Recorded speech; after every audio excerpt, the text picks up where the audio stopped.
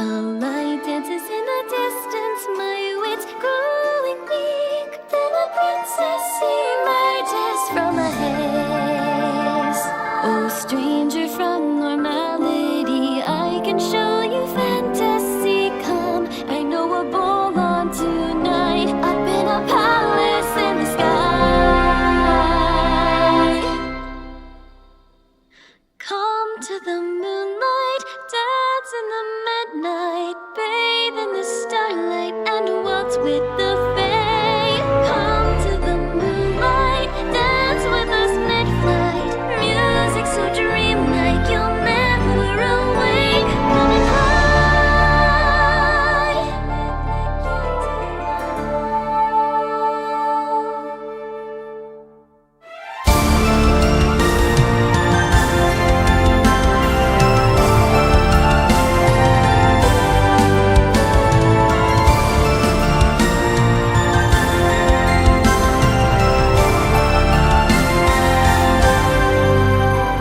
I wake up within a castle surrounded by stars, so far from the world that I know.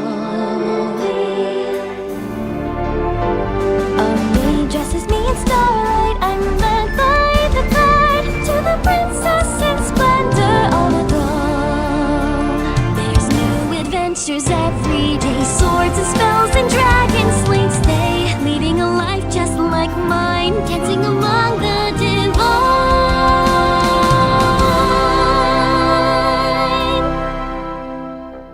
Come to the moonlight, dance in the midnight, bathe in the starlight, and waltz with the fae. Come to the moonlight, dance with us mid-flight, music so dreamlike you'll never awake. Come and fly.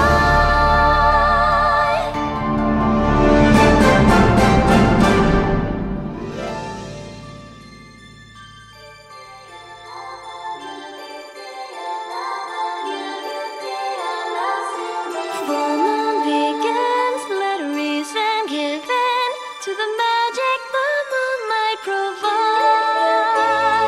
Nature glows blue, the princess glows too, saying I know a spell, you'll become fae as well. Stars fall to earth, the fae lost in mirth, as they spread crystal wings and we fly.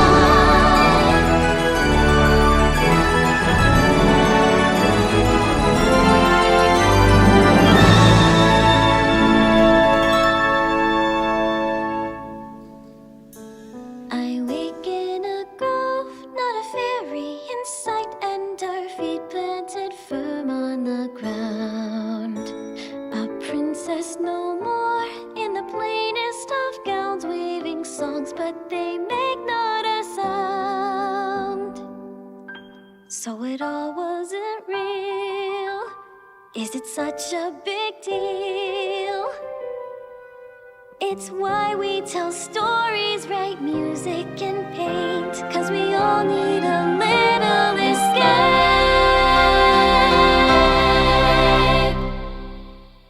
So come to the moonlight, dance in the midnight, bathe in the starlight, and waltz with the fae. Come to the moonlight, dance with us mid-flight, music so dreamlike your symphony waves. Come and fly.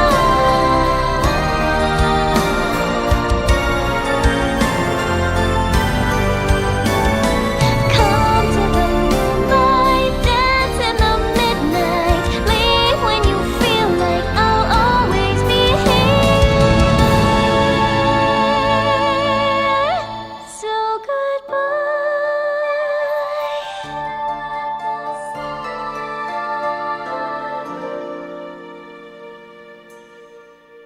If you need a little fantasy, you know where to find me.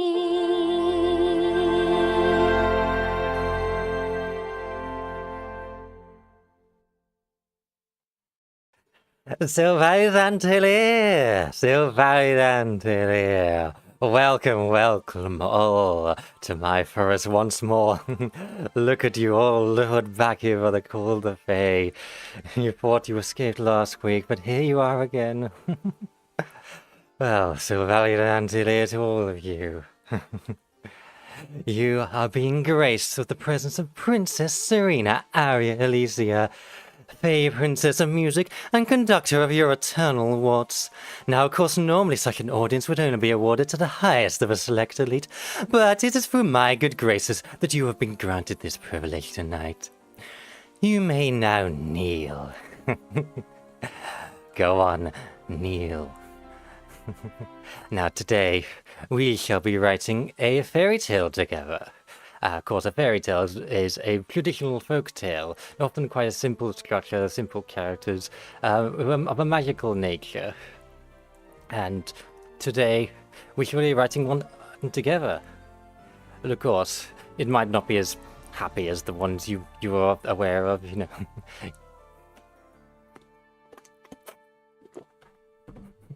Yes, so Sylvaliðan to you EP, so Sylvaliðan to you Adicadabra, and Sylvaliðan to you Crimson Raptor. Help? What do you need help with, Addy? Surviving in my presence? I wouldn't blame you. Anyway, let me just pull up the a little template we have here. A fairy tale. Quite simple, really.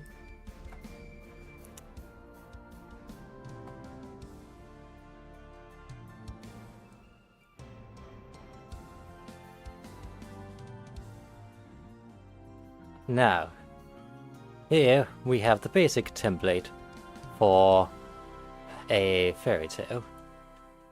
Together we shall create one together. You see here, first of all, we need to set the scene and the characters. So Sylvaliðan to you, Tarot.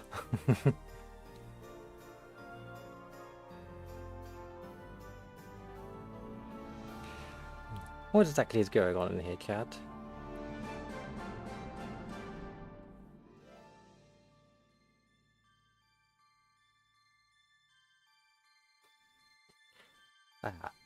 So, apologies, yes. Anyway, we shall need to decide up where this is set, the main characters, and everything else.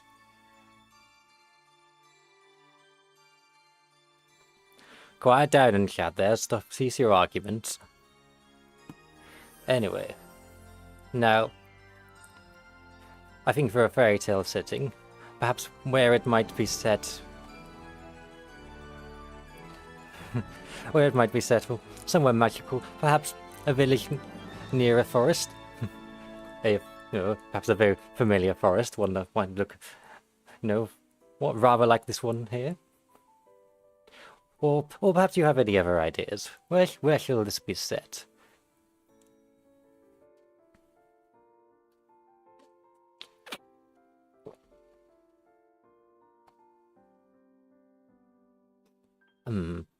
I'm thinking I quite like my village near the side of a forest.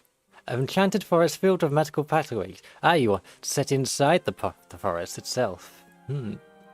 Should write that down as an idea.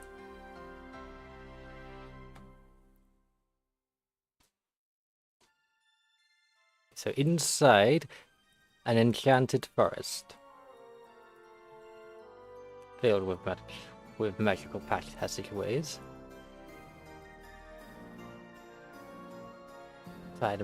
And my own idea was set in a village by the edge of a forest. What else do we have here? Within an enchanted forest would make the most sense for a fantasy setting. Yes, enchanted forest. Within an enchanted forest is a good idea.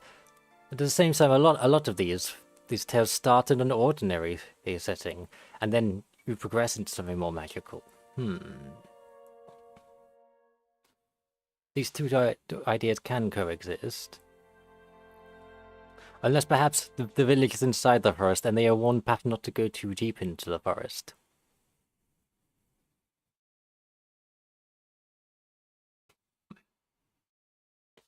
What is this? Are we arguing over brain cells here? I'm sure you could sort that out amongst yourselves. No. I say, so inside a forest filled with magical passageways, let's have some... What I think I shall say is, inside a village within a forest, they are all want to not venture any deeper into the forest. And what do we think of that?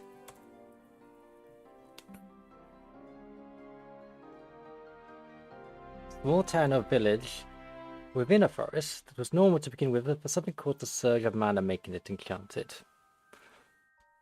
Well, could do. I think this is simple enough.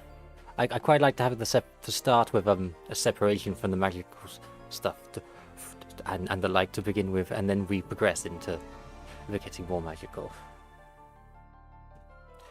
Taro, I don't know, Princess. I'm just here for the tea.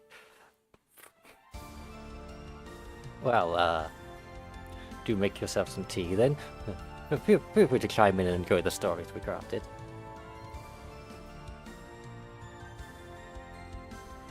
Yes, I think this is a good balance of enchanted setting, but still allowing room for more mystical things to happen as we go.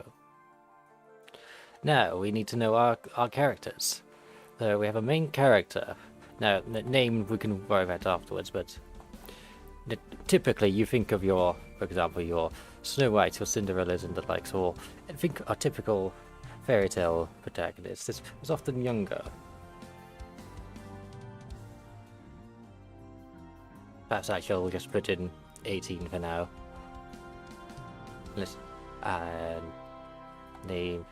Now, I shall specify that since we are making a gay fae folktale, this shall be female, our main character, and as well the love interest. Now, every character, often in a fairy tale, is often defined by one single strength or one defining flaw. For example, Cinderella was defined by her overwhelming kindness despite all circumstances, which was the strength that got her through her tale. And you may have a fatal flaw that is tested by the story.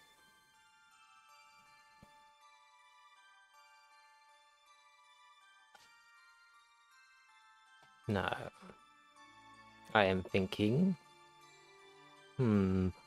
perhaps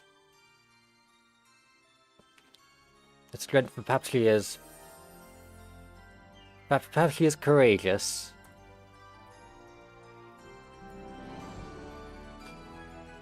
Courageous and adventurous. Any more ideas?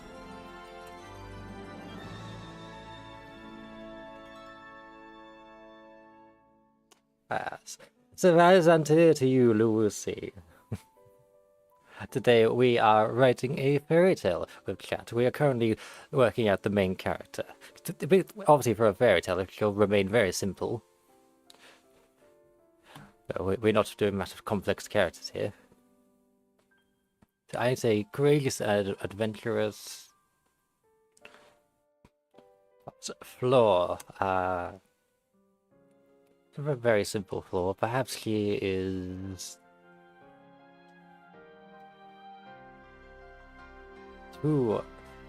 perhaps too courageous. Perhaps it can become reckless.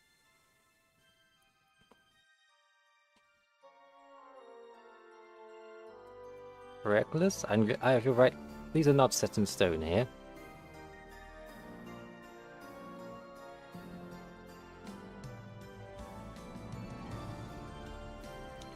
Okay, any ideas for names for our heroine here? Something befitting of a fairy tale protagonist.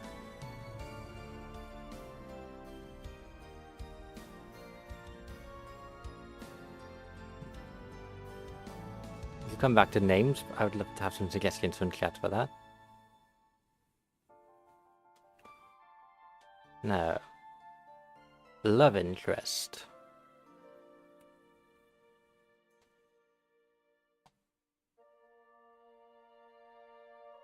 Although perhaps we should write who she is. So if our main character is perhaps also our role is simply that she tends perhaps she's work or what perhaps I need to specify the roles they have, like the job, for example. We have a suggestion, Lena, for the main character. We can write that down, yes? What flavor are you looking for in the name?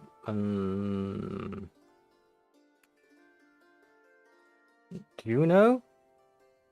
I'm not so sure about Juno. Lena seems a little more feminine. I am thinking... See, where my mind is running, perhaps take inspiration from what is happening right now here, but perhaps she is lured further into the forest and finds herself in the Fae realm. And that's... So but she's doing something very ordinary.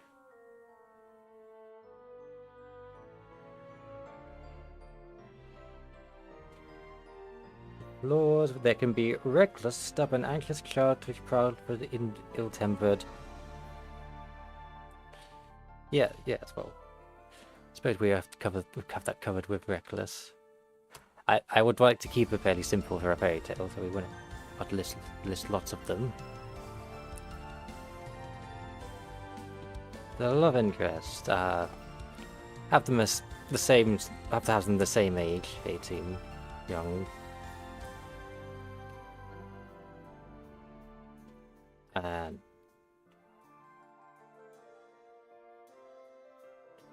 but we should establish who they are as well. Some more names come in. Lena, spelled with an I as well. Eliza, Ella Marie, Dorothy / Dot, Lilia, Sophie. I like Lena with the I, yes. That does please me so. Yes, no worries, Goodman. Now, I'm thinking... I have some prior ideas. That perhaps the love interest is someone she meets in the Fae realm deeper into the forest. Perhaps who tempts her to never leave. No. Unsurprisingly, I'm rather fond of that idea, aren't I? So perhaps age is... If we make the love interest one of the Fae, perhaps it's impossible to say an age. What do we think of that? Fae love interest?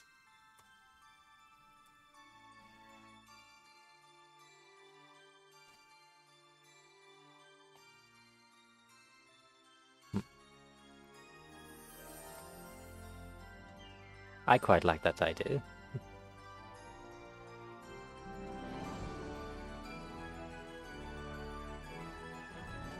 Of course, perhaps the love interest does not have to be as complex as the main character for a fairy tale.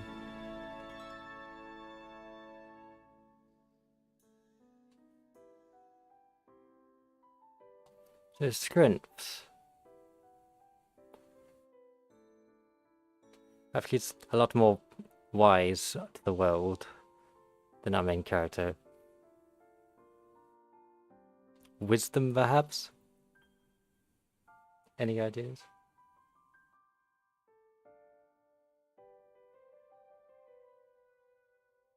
Let me look.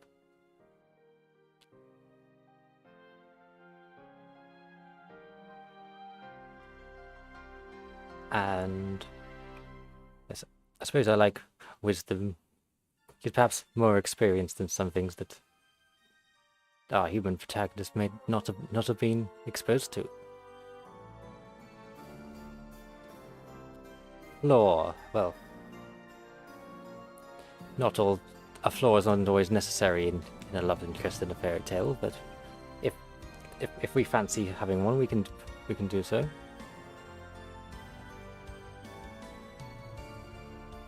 Also, I shall add for the main character that he works in the village. Works in the village, or perhaps the Fae love interest is being ostracized for a certain reason. And the love interest could be a hopeless romantic. Yes, perhaps, yes. Hopeless romantic. You can put that as an idea. Being ostracized. Perhaps it's because she wishes to interact with the humans more, and she's been ordered to stay hidden from being ostracized for a certain reason.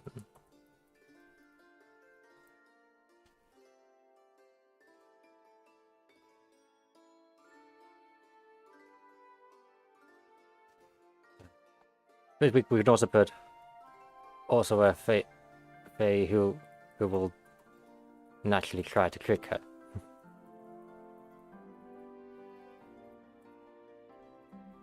After staying.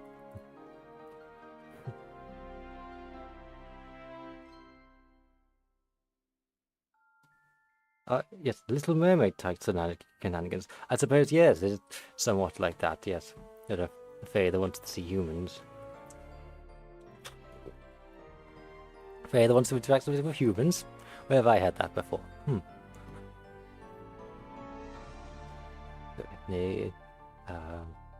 I'm thinking back to our main character. They should have a role as well. But should she perhaps work in the village, or maybe she perhaps the daughter of the village elder, the leader, and is perhaps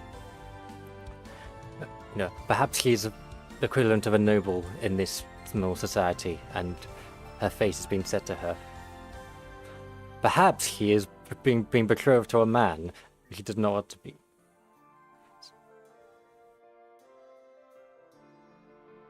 Yes. Perhaps I like the idea of being daughter of the village mayor / elder.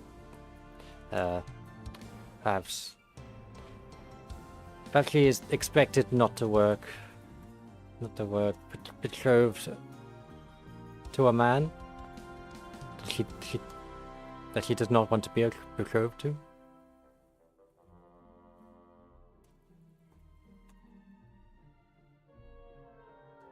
What do we think of this? Yes.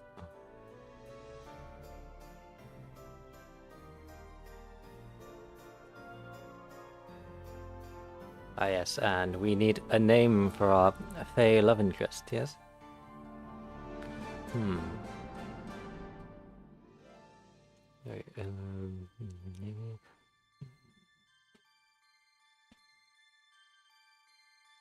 I am thinking through Fae names in my head.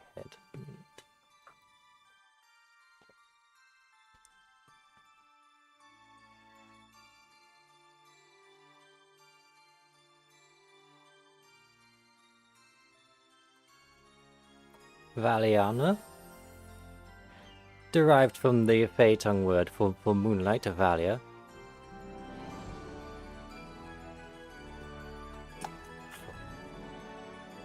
Of course, you cannot place an age on a Fae. Flora could be a good name for the Fae. Perhaps, but a little basic. A word for flower. I'm growing fond of this. I apologize, as I have the advantage here for Fae names, being the one most familiar with my tongue. This is why I say Valiana. Wisdom and hopeless romantic is being ostracized by certain. So she's being ostracized because she wants to see humans, maybe. In some way, yes. Now, every fairy tale has its villain. We have evil queens, Lady Tremaines, and the like. Now, I think this earlier idea here of being betrothed to a man, this lends itself very well to a villain of the story, perhaps. Valiana is cute. Yes, we like Valiana, do we? Yes.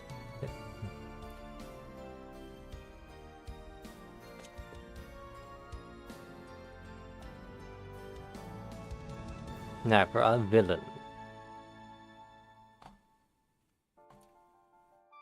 Like I was saying, I think this man she's betrothed to that she does not want to be lends itself very well to a simple villain. So yes, he should perhaps be old enough to have his own business of it likes. EP says like a Gaston-like character in Beauty and the Beast. Yes, I suppose in the Disney variation of it, yes. But of course we would like to do something that's not the exact same character, but you know, can fulfill a certain role like that. Addy, I was going to send in Rasheen, but I like Valiana better. Rasheen is nice, but yes, does seem Valiana is the preferred choice here, yes. Now, I think, yeah, like I was saying, I think he should be older. Like, let us just say at 25 he is, or if we want to make it even more unpleasant, perhaps even older, 30.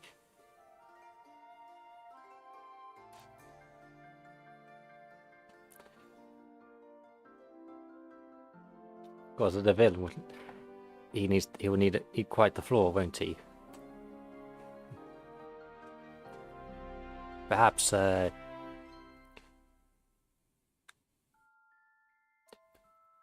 perhaps he sees a wife as an asset, or instead of someone to love, or he sees people's commodities. Perhaps maybe make the man a role. Yes, true. He should have some kind of role that would make the betrothal make sense.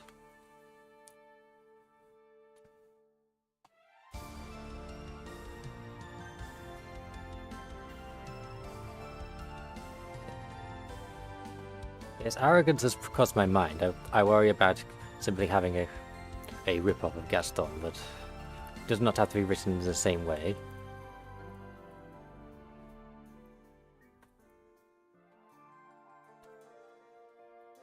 Sees a wife as an asset. Yes, but let's say important position.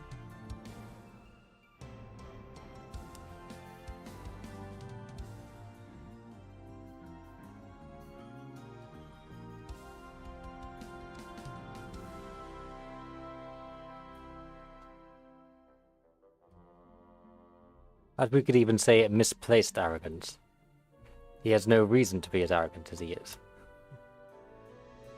Noble instead of a royal, someone that can't be refused. Yes, a noble of a house could be more realistic. Someone you could make him arrogant in the way a royal would be thinking anything and everything belongs to them, even if it doesn't.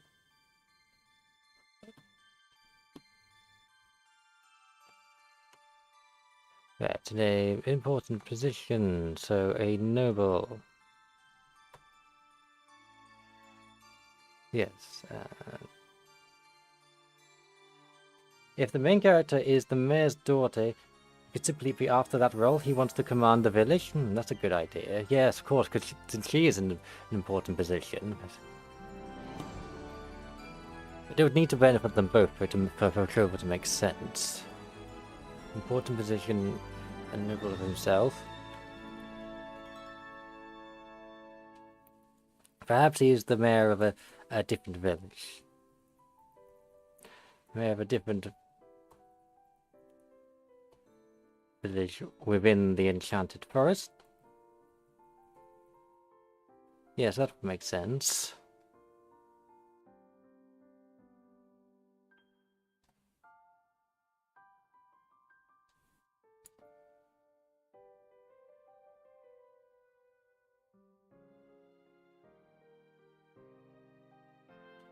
And no, of course, it's very easy to put flaws on a villain, but strength as well. Perhaps he is, you know,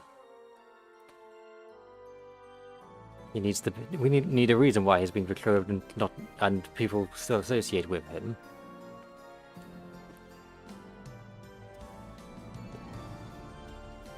Perhaps he is very good at something. Perhaps he is good at business. He is a very pragmatic, perhaps.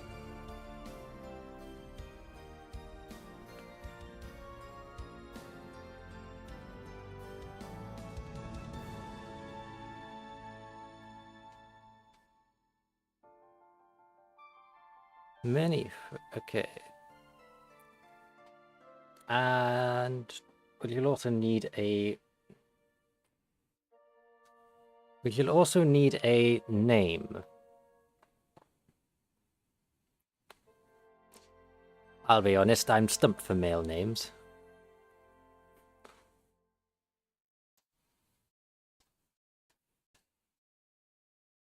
My entire queendom does not have any native men to it. We don't have to think about male names. I shall need your help for this, chat.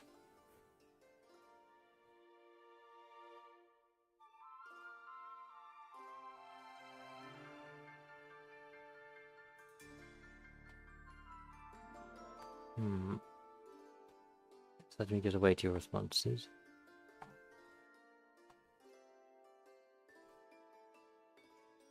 I am Eric. Yes, well, sounds good enough to me. Do we have any other options? Well, I guess there will be a small delay between me and chat when I see them.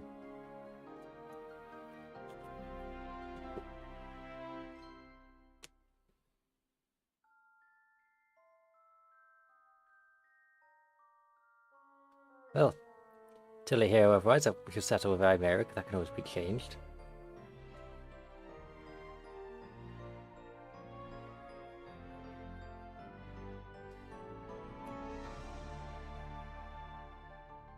Or Charles. If we want him to just be a very ordinary man, perhaps. You have a terrible relationship with the name Scott. I am Eric, Charles, or Scott. I am Eric is more past fantastical. And Charles is, you know, is a little noble sounding, but still ordinary. Scott is about as ordinary as you get. If we're making a slime ball, I will give you that.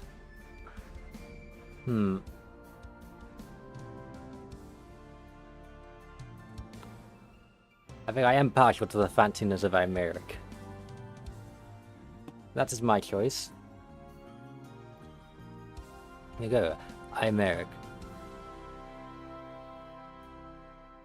Now, we have some characters, we have a basic setting. Let's move on. Yeah, this is what I was saying, often the story starts in a hero in a normal, everyday situation. Hence why we've not been in the depths of the Enchanted Forest to begin with. So the ordinary, everyday situation our heroine is in. So it's just an ordinary day. Perhaps she's waking up in her, you know, in the house of the mayor. An ordinary day. What would an ordinary day consist of? Perhaps, I suppose, not doing much. Perhaps looking out the window, wishing she could be more adventurous. So, the ordinary day in Lena's life.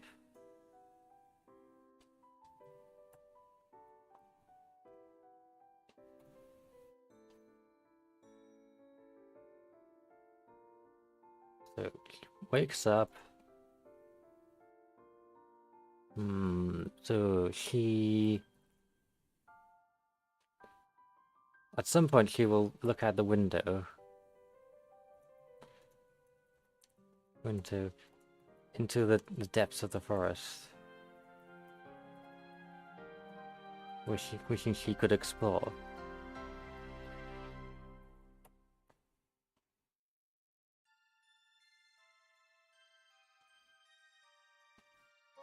An ordinary day in Lena's life perhaps it consists of perhaps there's a village council meeting and she is expected to attend, but she is not truly allowed to express her own opinions, only to back up her father. Village to truly express her own opinions. Only allowed to back up her father due to the expectations on her. Her as a woman in her position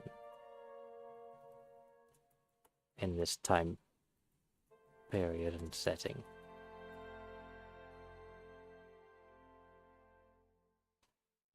Then she goes to her bedroom, looks out the window into the depths of the forest, wishing she could explore.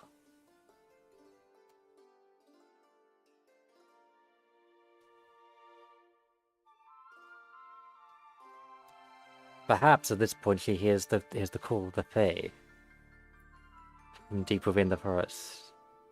So she hears. At that moment, she thinks she hears the faint singing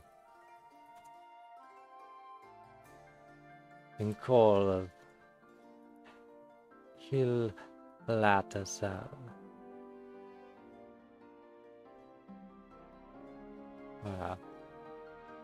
It's a completely foreign word to her, of course.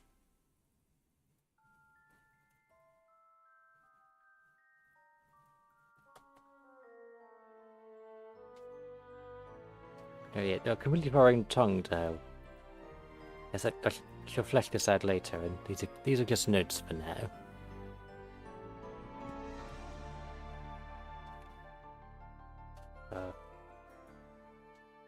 Okay, and now we introduce oh yes, we must also establish that she is betrothed to this man.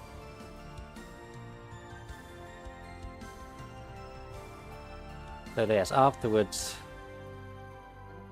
her father discusses the betrothal with, or perhaps during, since it is about the business of the village doing better. So during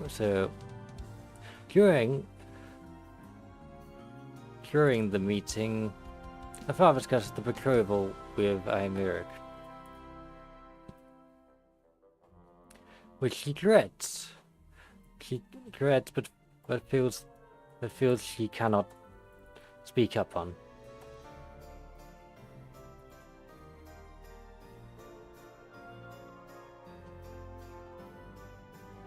Okay, so this is our general setting, yes? Now we must introduce a problem. A problem or conflict is introduced, disrupting the initial calm. This is often lead the protagonist to have to go on a quest or a journey, for example.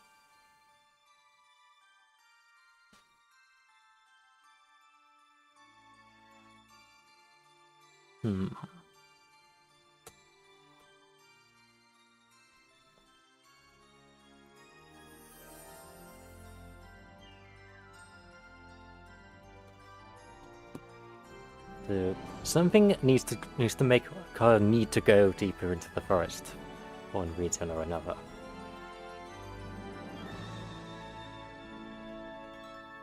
Perhaps a rare ingredient for a medicine. Okay, someone is ill. Rare ingredient for a medicine? Needed deeper within the forest? Or alternatively, we could have something relating to this chimeric.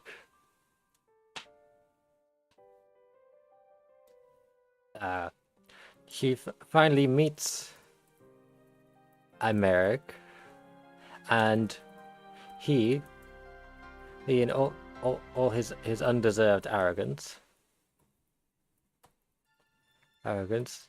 is not convinced that he is attracted to him, or will be devoted to him.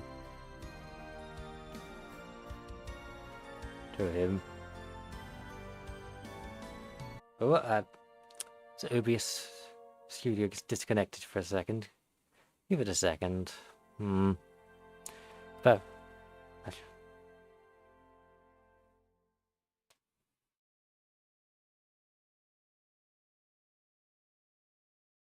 he demands that he retrieves something from him. Something difficult to obtain for him as a show of her dedication.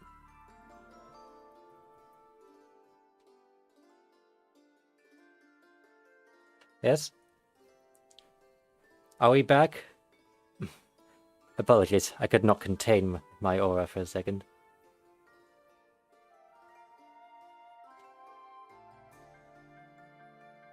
So, this idea of the bird takes it deeper into the forest, I do like this. So, yes, I feel like this sets up the conflict in some ways, because it shows how she has to, she is stuck in her role and must do this, even though she does not want to. Which further emphasizes just perhaps how wondrous the fairy realm will be once she gets there. So, I'm thinking I like this.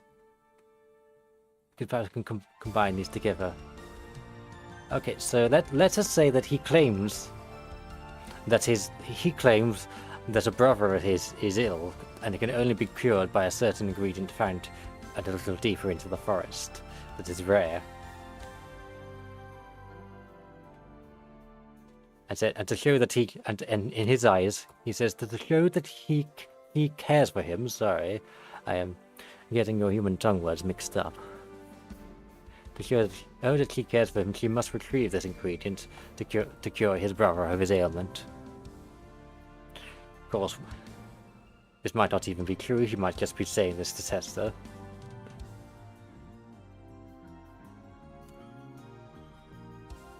To retrieve a rare ingredient.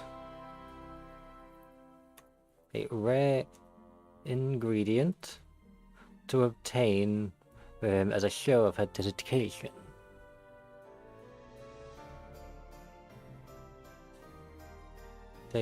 Time for then to cure. Well, say apparently cure. I highly doubt he's being truthful about this. He just wants to test her. Cure his brother of a deadly ailment as a show of her dedication and care for him. So this is our quest or journey here, yes. So the problem is that the village needs this alliance, but Imeric will not accept this alliance unless she does this for him.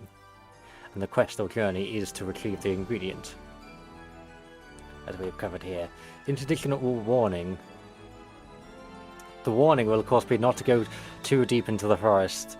Don't go into the mist. the deeper you go into the forest, the deeper, the more in danger you are. Nobody knows what is in the depths of the forest.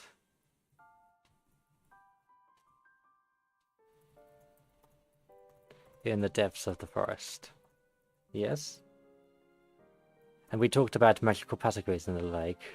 There could be rumors of strange magical happenings.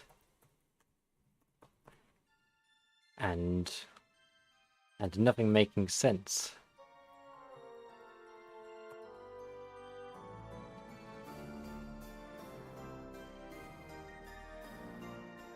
Yes, so we have our ordinary day in the life, we have our main characters, we have our villain.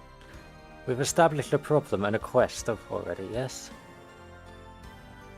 And we have the warning of exactly the dangers of this quest here.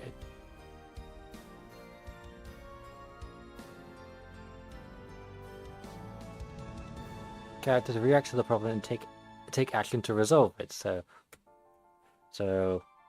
our Lena, as we've established, she does not want to be in this betrothal, but she does not want her village to, to fail financially.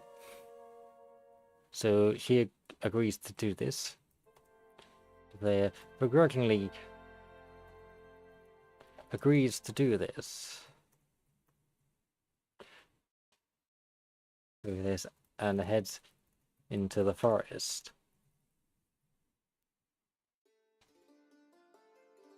And as well, we can use that idea of a beautiful bird taking the ingredient, leading her deeper into the forest. I would not be surprised if this bird was a fae, deliberately leading her further in. Lena begrudgingly agrees to do this and heads into the forest. Okay, and tests. So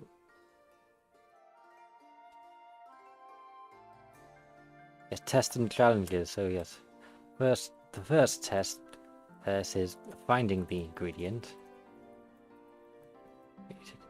She searches long and hard. This is supposed to be a rare ingredient after all. She searches long and hard till eventually finding it. Finding it a little deeper into the forest. And this is where she can remember the warnings. She remembers the warnings of going deeper into the forest. Going deeper into the forest, but she feels just a little bit will be fine. And then we will say that then a beautiful bird steals the ingredient and flies even deeper into the forest. Now we can imagine what happens here.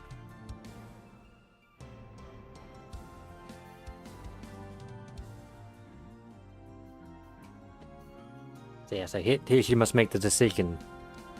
Does she abide by the rules she's been stuck with all this time, or does she go deeper into the forest?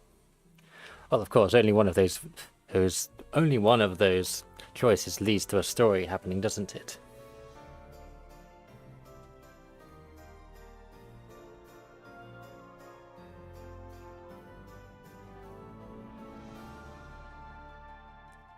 She applied deeper into the forest.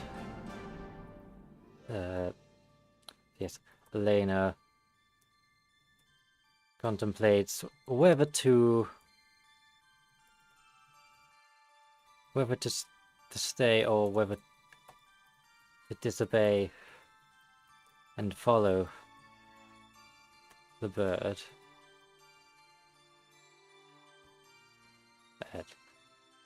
Perhaps once again she can hear this call, the Hilat.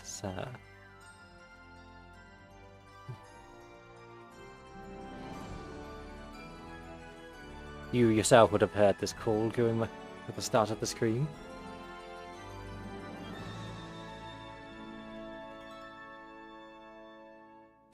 So she hears the call. She'll let us again, much clearer.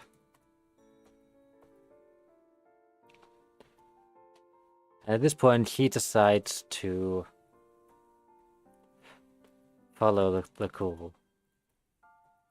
And now we enter into her getting closer to the Fae realm.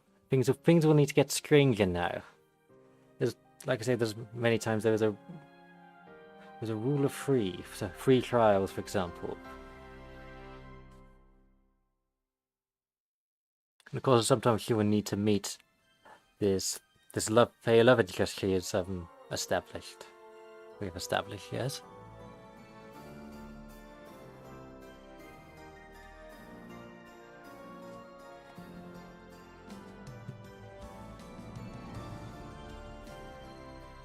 That's to follow the call. So, chat, now she has disappeared into the mist, following this bird. What kind of surroundings might she be in now? The forest is supposed to get stranger after all, the closer it gets to the center.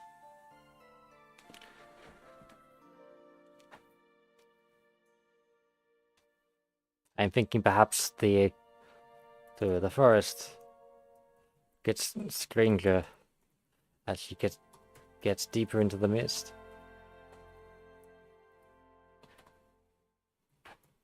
Perhaps, my chat, you might be able to draw on your own experiences of when you were drawn into the mist to hear where you are now.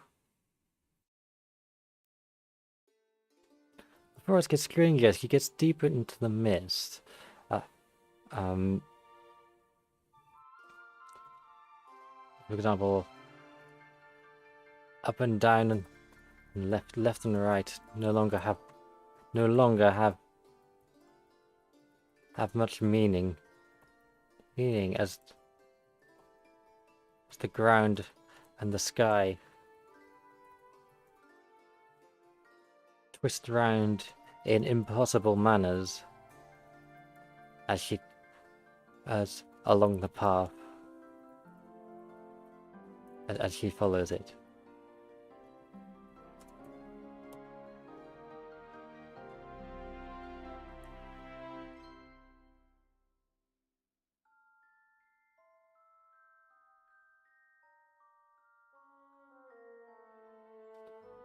What else might you see in a strange forest where things are getting more enchanted along the way?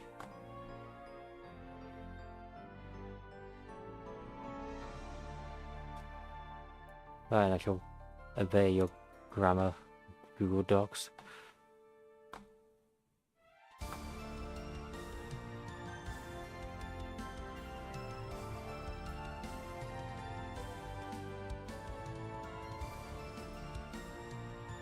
Forest gets stranger, and the sky, the ground of the sky twists around in impossible ways along the path she follows it. Perhaps we might have a... I'm sure you might be familiar with the Legend of Zelda and the Lost Woods area, where going one way does not lead where you expect. You might find yourself back out the entrance. Perhaps we might have. Yes. Every one way leads to her looping around back where she was.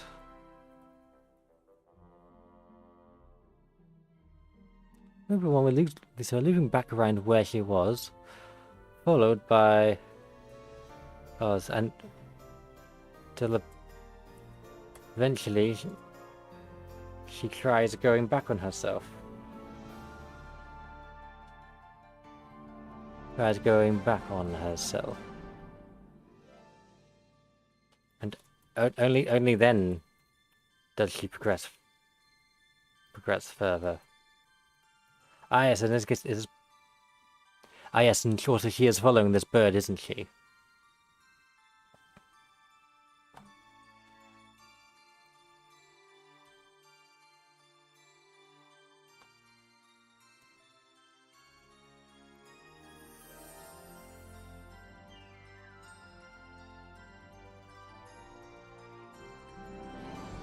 Yeah, so we have had the trial of the impossible forest here.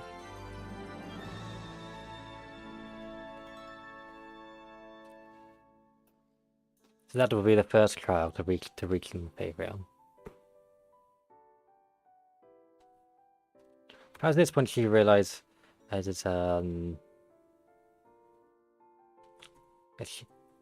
she finds herself in a mystical realm. By this point, she must have reached the Fae realm, where everything seems impossible. Possible, and palaces float in the sky. Of course, I'm drawing from my own experience of my realm here.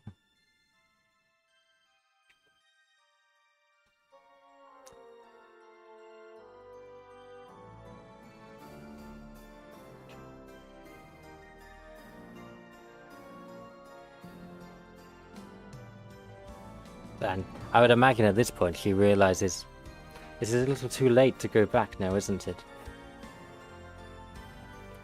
She realizes it is far too late to go back, but the allure of the adventure is too much. This is perhaps where her reckless nature comes into play, as she wants to go even deeper in.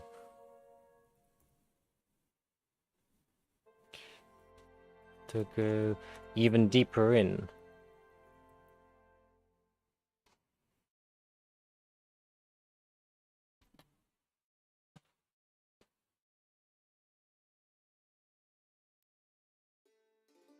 I might see if I can zoom in a little more on this.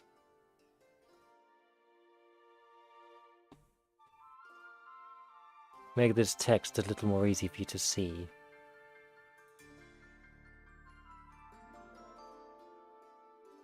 You able to see the text okay, chat? Of the story?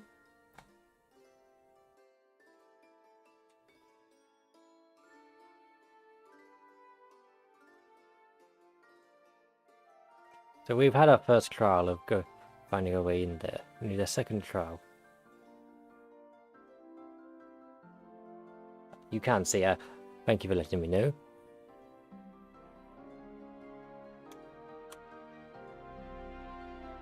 Now, what should happen next? Perhaps someone should test something about her. Like the first test was testing whether she wanted to stay where she was and obey things, or whether she was going to allow herself to be reckless and ignore her warnings. We've had that test. The second test could perhaps fall into the same test of testing exactly how reckless can she be.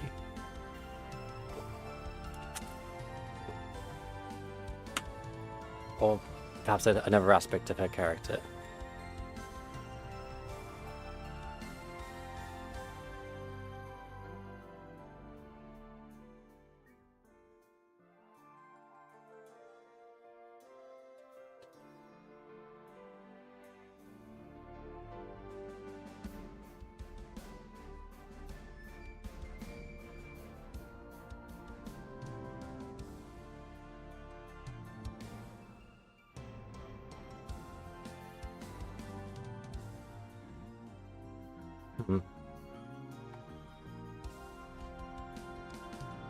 I do apologize. It appears I've been called on some important business. I shall let you think about what the second trial might be.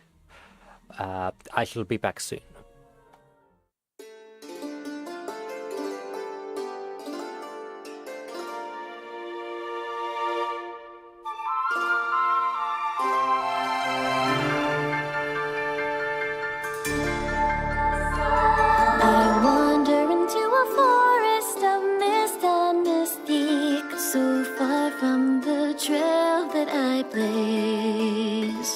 A light dances in the distance, my wits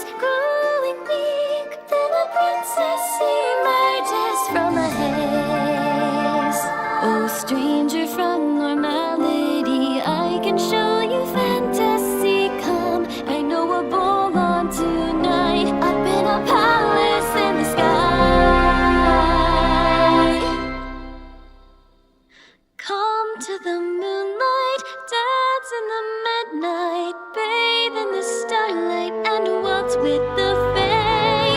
Come to the moonlight, dance with us mid-flight. Music so dreamlike, you'll never awake. Coming high.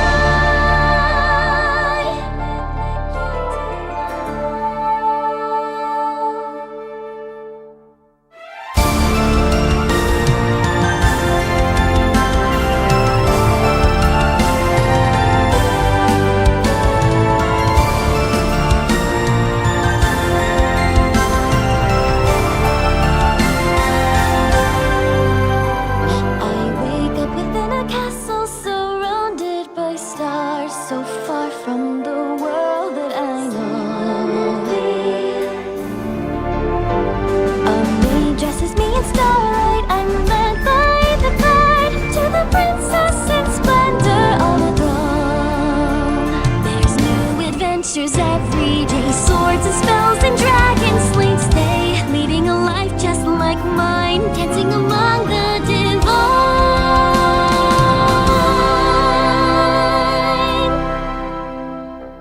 Come to the moonlight, dance in the midnight, bathe in the starlight and waltz with the Fae. Come to the moonlight, dance with us mid-flight, music so dreamlike.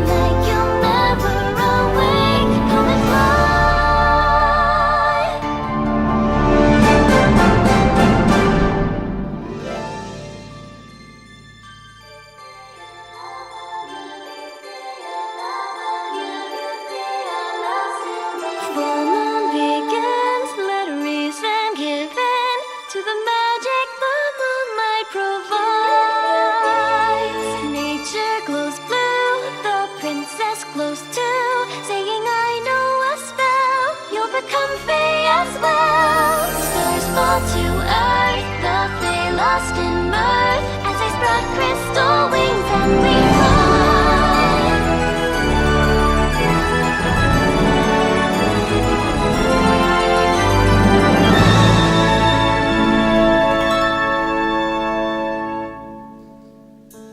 I wake in a grove, not a fairy in sight, and our feet planted firm on the ground.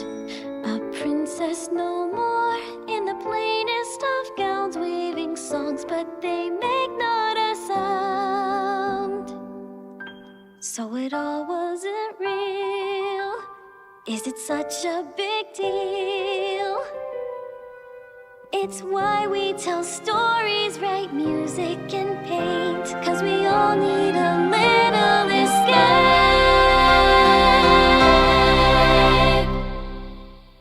So come to the moonlight, dance in the midnight, bathe in the starlight and waltz with the Fae. Come to the moonlight, dance with us mid-flight, music so dreamlike, your symphony waves come and fly.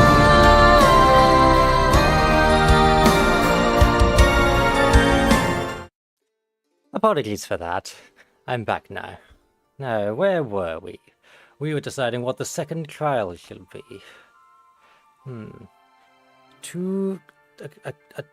A choice between two pathways. Yes, that's the classic one, isn't it? I am imagining some sort of magical creature explaining the two choices. Perhaps. Yes. Two pathways is an idea. A magical creature explains the two pathways.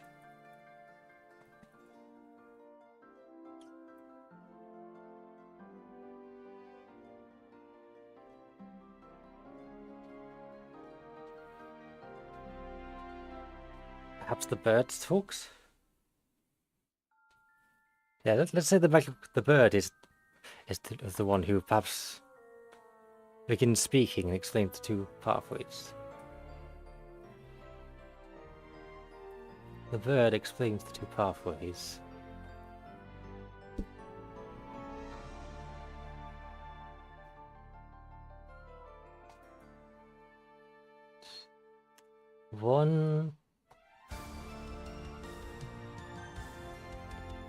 I'm thinking one pathway, thinking about our character, one pathway needs to lead to security and staying within the lines and that sort of thing, and the other one leads to freedom but danger. So one pathway leads to security. Do we have any other ideas in chat? One pathway needs to lead to one ideal, and the other pathway needs to lead to an opposite ideal. And our character here is rather adventurous but also reckless, but she is resigned to live a noble's life in some ways, of being forced to follow many rules and not having much freedom of her own. One pathway leads to security and comfort. The other pathway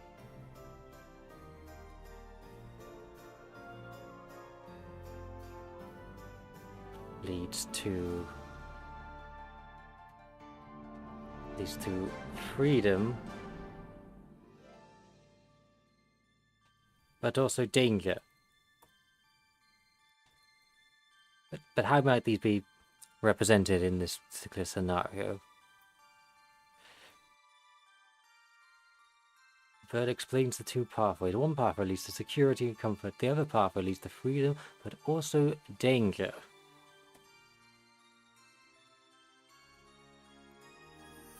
Now, how might the birds present this to her?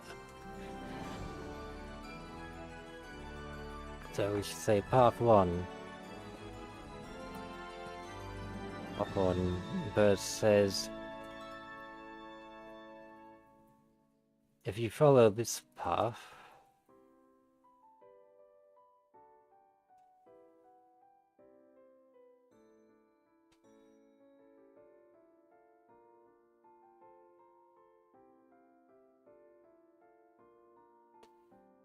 perhaps one path simply leads back home.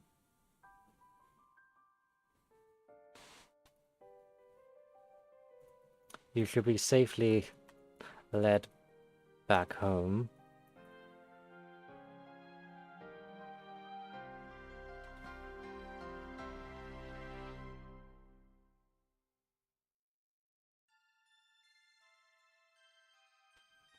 But you shall never be able to. You can never be able to visit this realm again.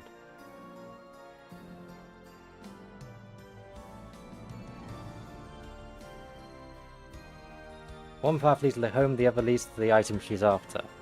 Yes, I was thinking something like that.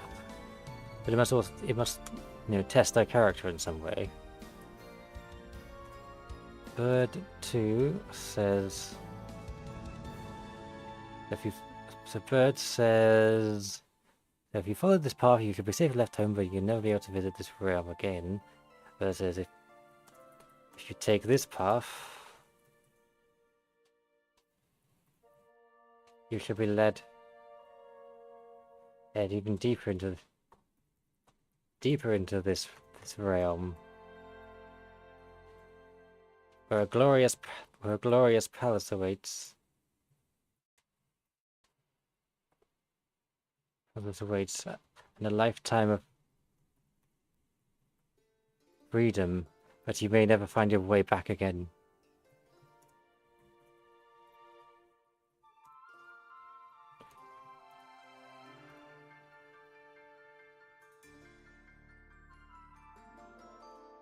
Because we need to involve this ingredient she is after that the bird has, don't we?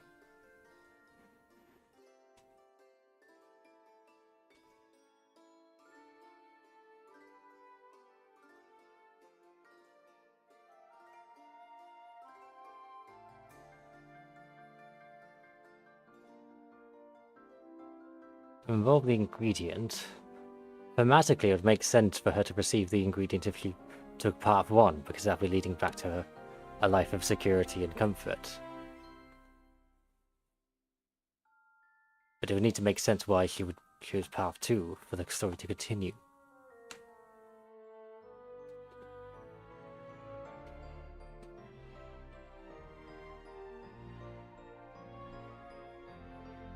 We never find your way back again.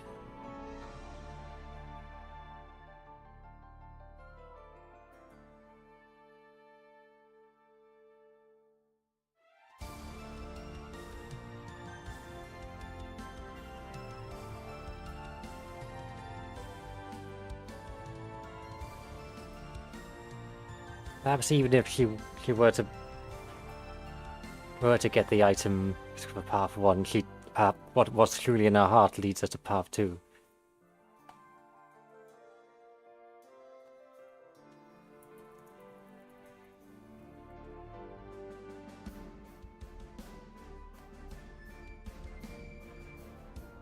Yes, if you follow this path, I shall give you the ingredient, and you should be safely led back home.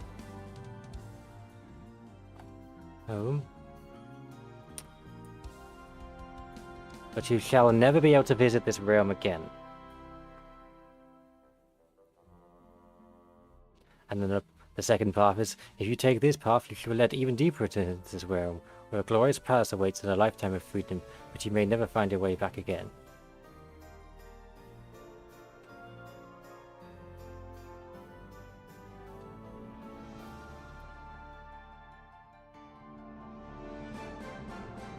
And this is where Lena will sit and contemplate for a moment.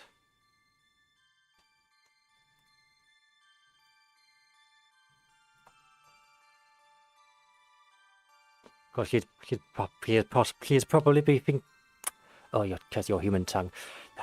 Lena will sit and contemplate for a moment. She is probably thinking about the security of her village and the like, but also thinking about the fate she'll be resigned to of not having any of her own freedom.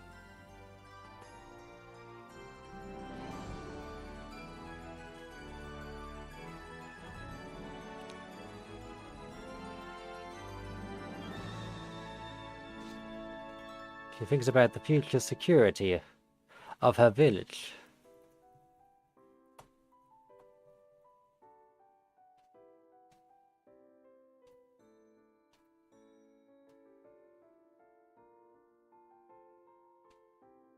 With a betrothal, but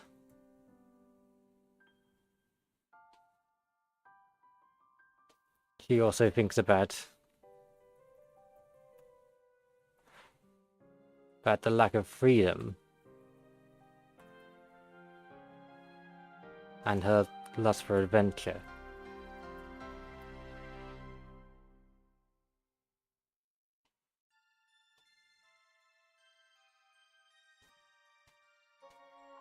Now, I think it's very obvious which choice she would make to progress the story, but she needs to arrive at that conclusion naturally.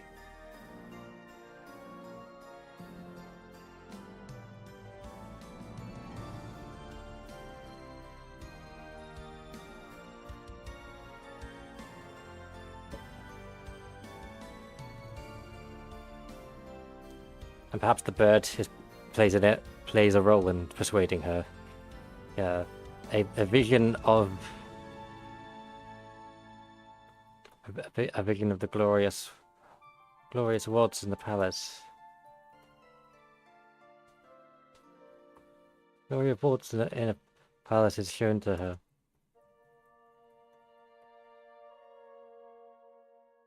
And she gives in to the temptation.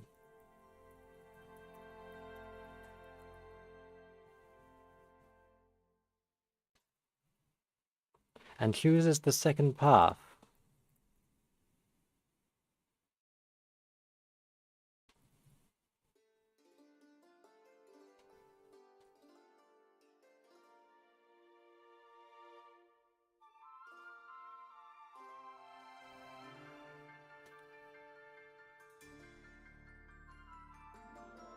There, we have 2 trials. Unless you can't find in the ingredients as a trial in of itself.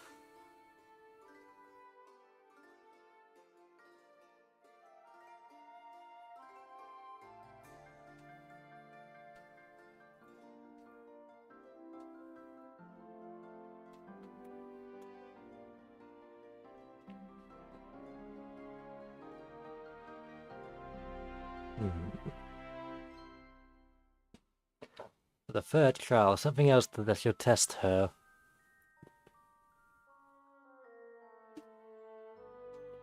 She's deeper into the Fae realm now. She's approaching the palace.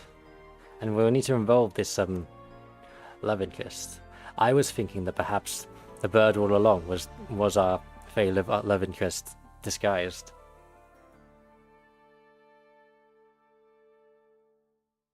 She is led further into the Fae realm and approaches a glorious palace.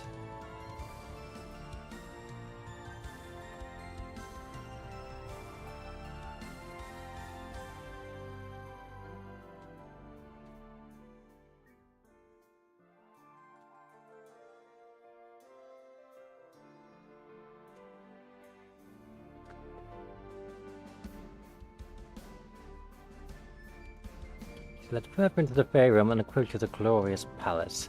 I think this is a good chance to reveal our Fae love interest, don't you think? Further into the Fae realm and approaches a glorious palace, so yes, at this point the bird transforms into a beautiful Fae.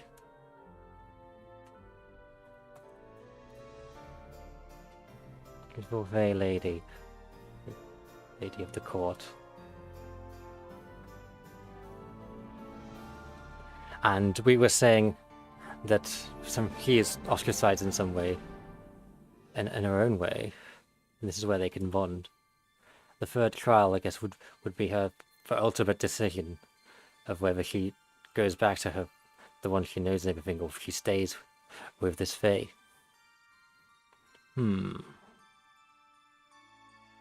Creative juices must flow. The bird transforms into a beautiful Fae lady of the court.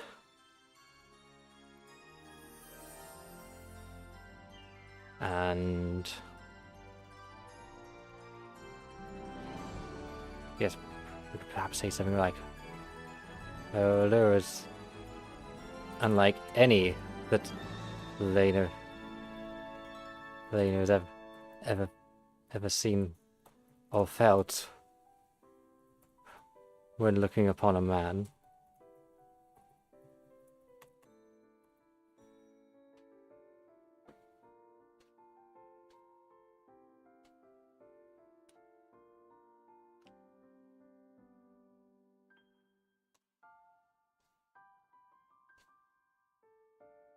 Like any that Lena's ever seen or felt when looking on a man. At this point, the Fae shall explain, perhaps.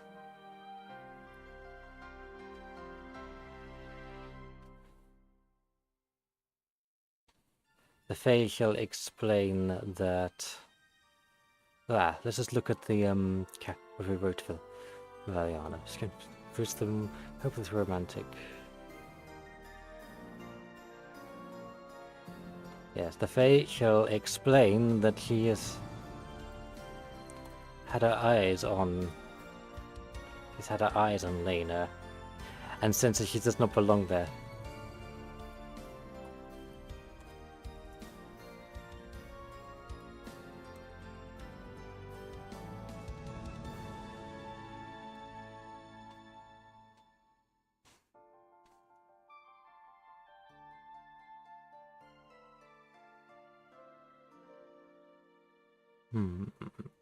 But her eyes on Lena essentially does not belong there. This needs to be a third trial.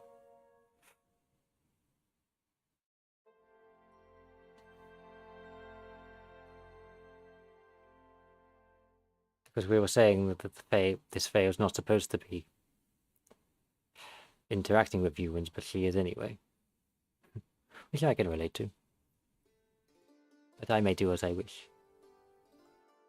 The Fae shall explain that she has her eyes on Lena and since she does not belong there.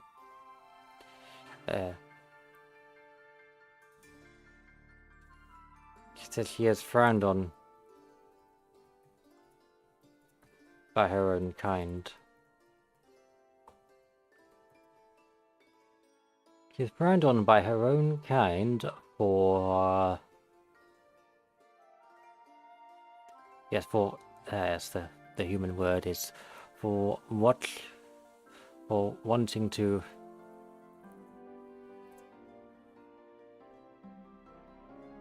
show herself to humans.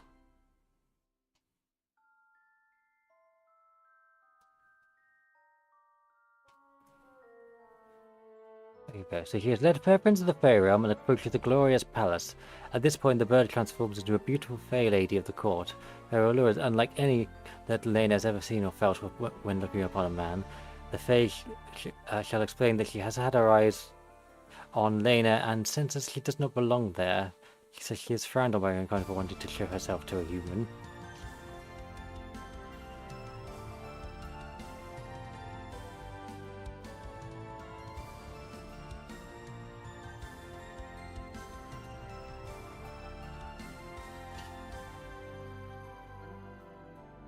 But she felt she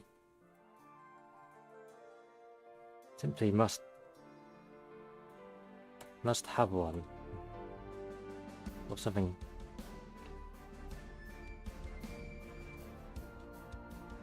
Simply must meet one.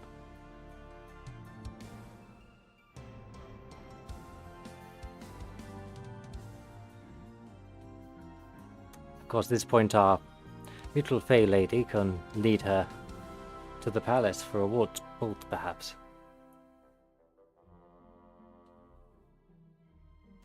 The Fae lady leads her to the palace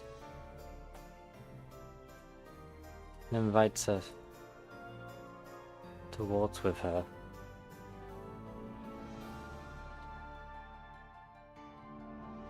Because this is where she would need to make a decision.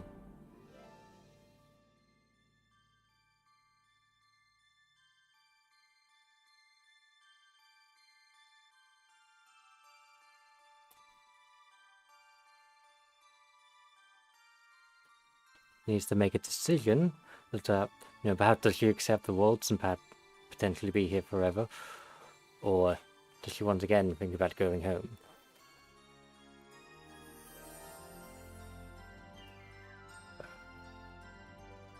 Yes, so Lena must make a decision.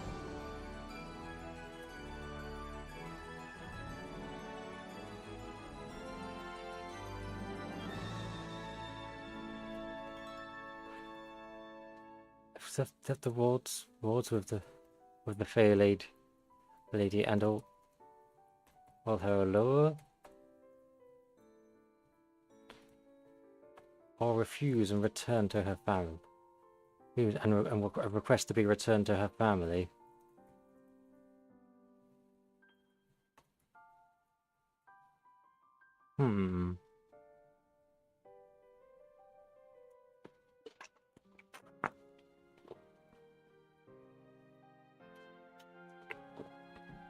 Or perhaps a different decision must be made here. They're trying to test their character, of course.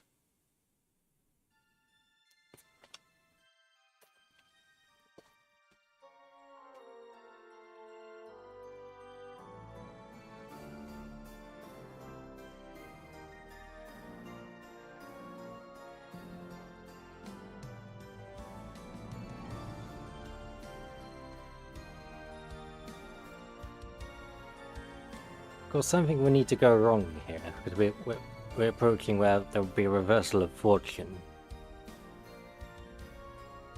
Perhaps in some way refusing the waltz could be a reversal of fortune in the grand scheme of things.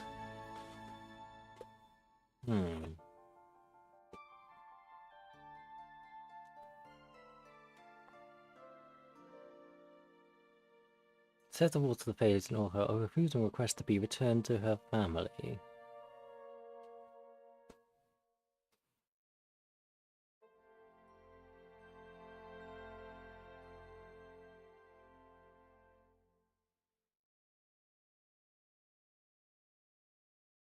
Perhaps she feels she cannot accept these feelings within herself. And she refuses and starts to return. That could be the reversal of fortunes.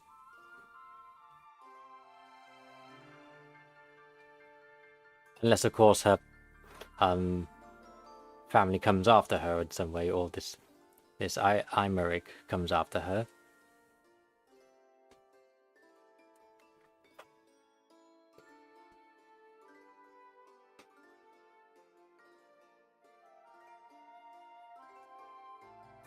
I think what is truly being tested here is her resolve to choose her own path versus doing what others think for her.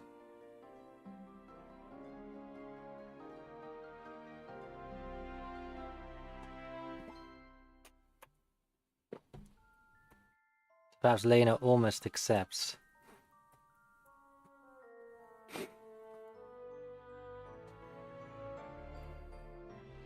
But she must... Oh, she is unable to reconcile with the strange feelings she is having towards this Fae lady as she gazes upon her.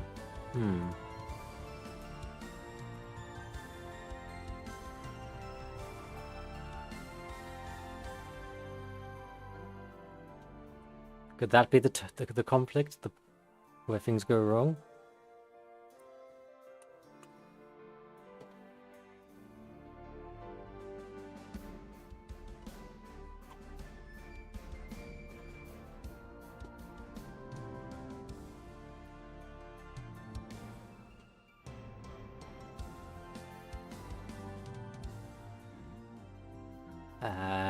Yes, let us say that she's unable to reconcile the scary feeling she's having towards this Fae lady. She gazes upon her, and she...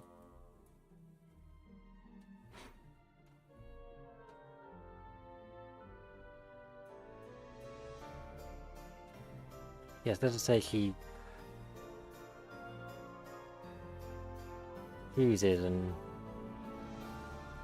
tries to escape.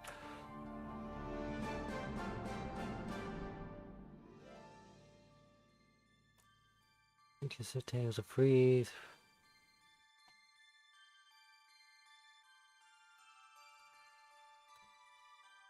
The climax and resolution. So, yes, this is coming to our reversal. So the story may include a reversal of fortune where things seem to go from bad to worse. Oh, the first thing I would think of is that she struggles to escape the Fae realm. Another thing could be that her fiance comes after her and tries to take her home. It depends what we consider to be the reversal of fortune and through what lens. Of course, from my point of view, staying in the Fae realm forever would be awfully delightful.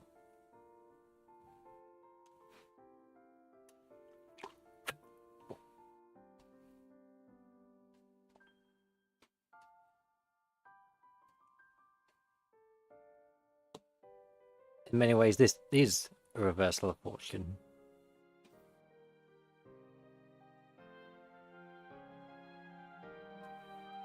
I have an idea.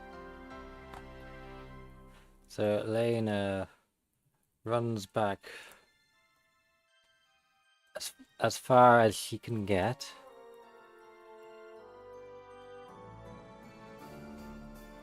And Valiana the Fae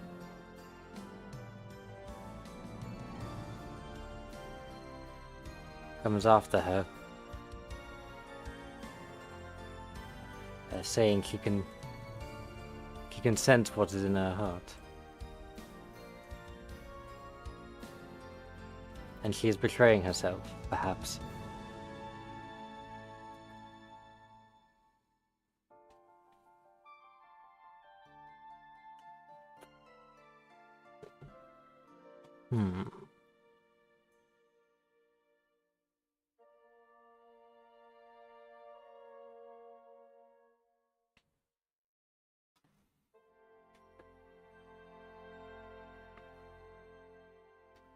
So Valiana the thing comes out since she's She can sense what is in her heart and she's betraying herself.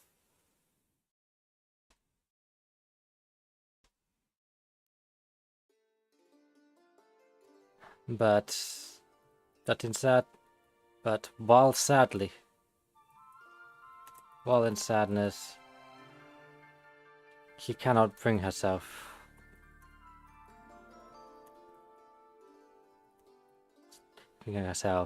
to keep her in this realm.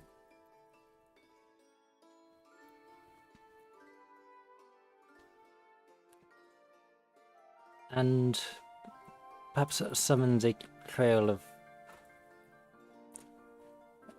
flowers to grow, to guide her back home.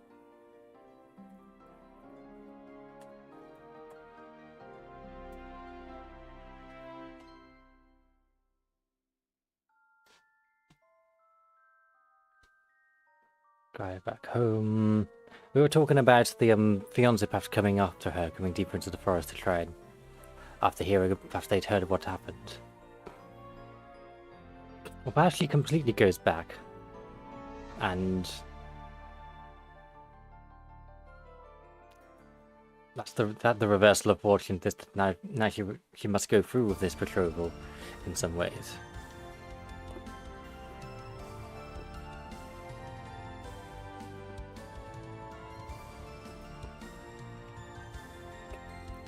Yes, we should go with that.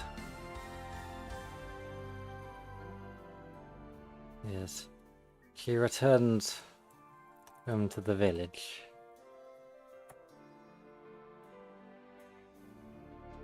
The ingredient in hand.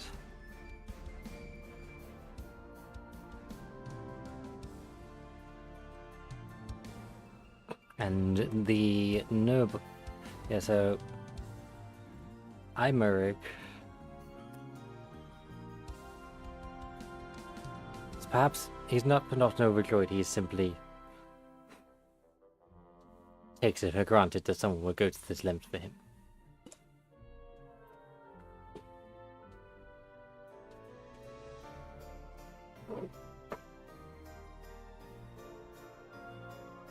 Yes. Imeric greets her with muted joy at seeing her complete her quest.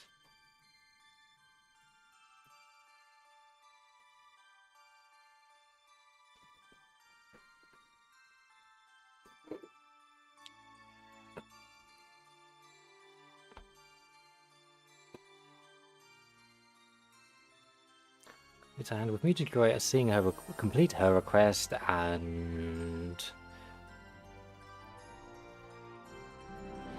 yes, they all declare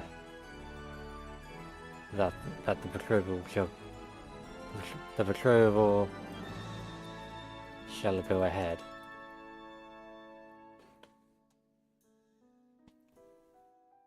In 3 days they shall be married. Going back to our rule of 3 there, I suppose. Inadvertently.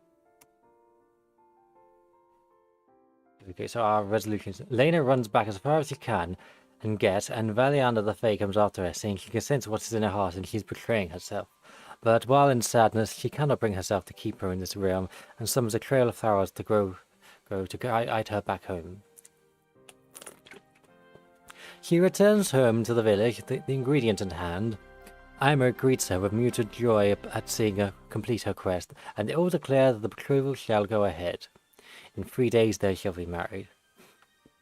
Lena forces a smile, I imagine.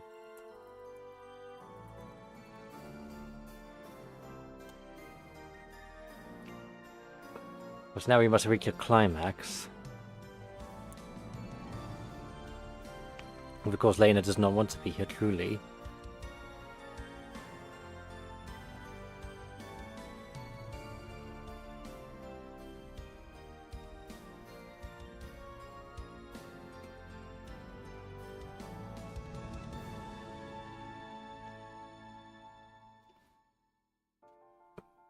Now, what should our climax be? She needs to end up with No, with Valiana in some way.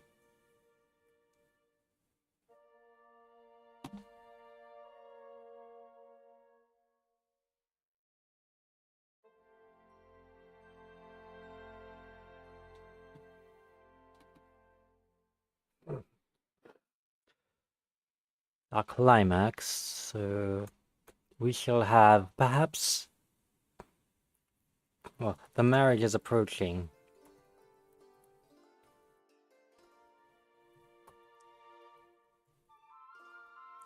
And Lena has much to think about. I'm just having an idea now.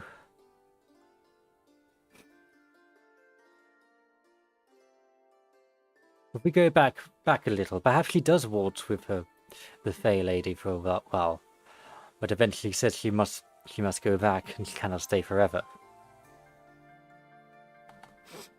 So Lena initially accepts, then they have a glorious waltz together. Little, you know, you think about like the ball at Cinderella, the wondrous night she had there.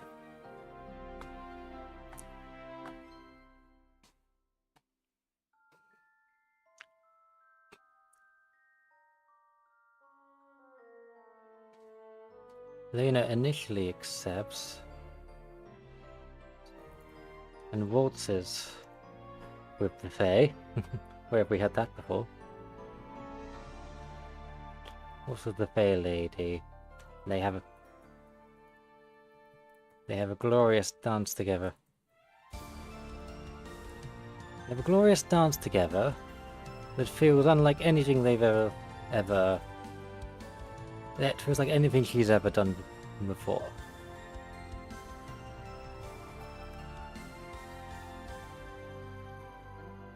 It's more wondrous, romantic than anything she has ever experienced before.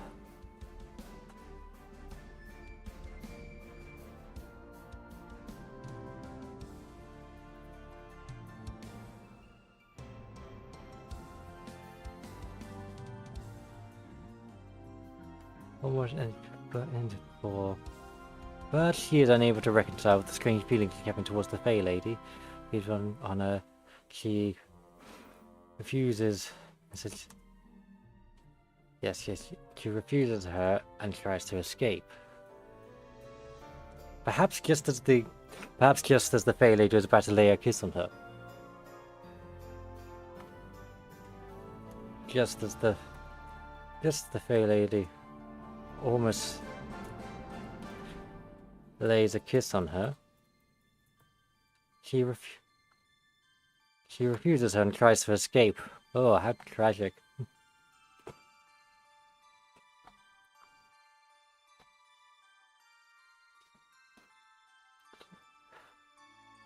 Yes, and then we have the Lena runs far back she can get some barrier, and the Fae comes after, saying she can sense what is in her heart and she is betraying herself.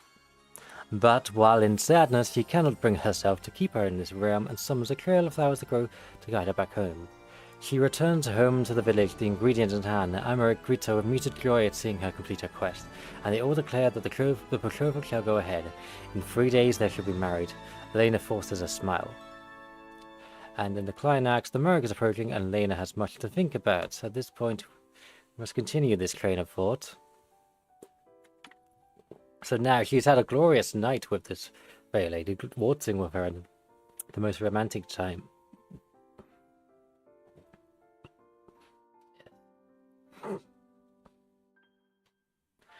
Yes, she cannot stop thinking about.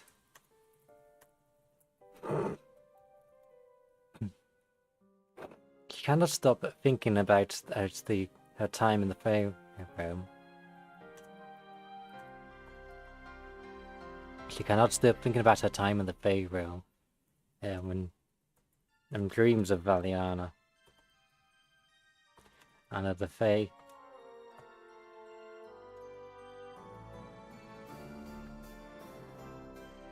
But she feels she cannot accept it. She feels she cannot accept it, and also, I imagine everybody around her would be saying that, oh well. You've clearly been addled by the Fae. You cannot go back there. It's dangerous.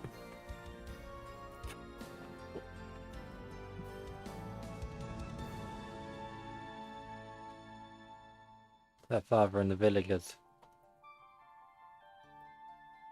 warn her that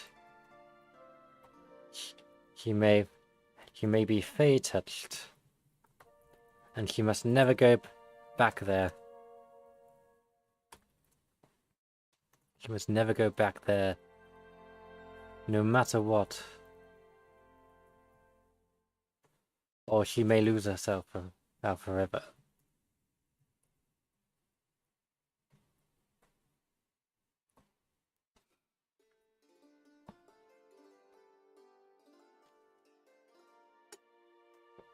Yeah, so the marriage is approaching, and she must make a decision.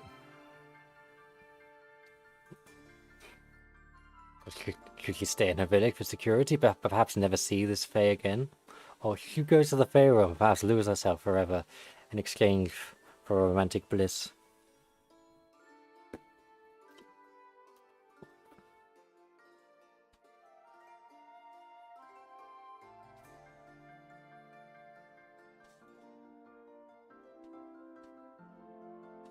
Yes, so on the day of the marriage...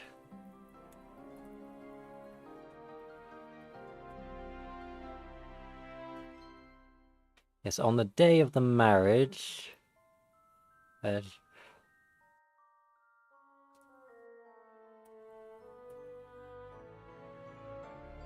she is dreading it, but also feels she has no choice, and blames her. Should she be blaming her feelings on being Fae touched?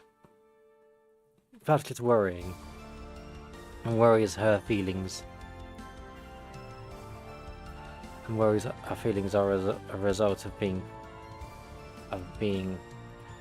Fae touched.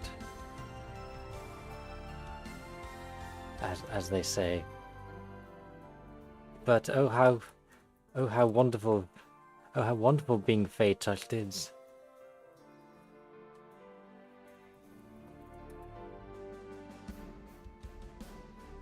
The way Fae touched feels.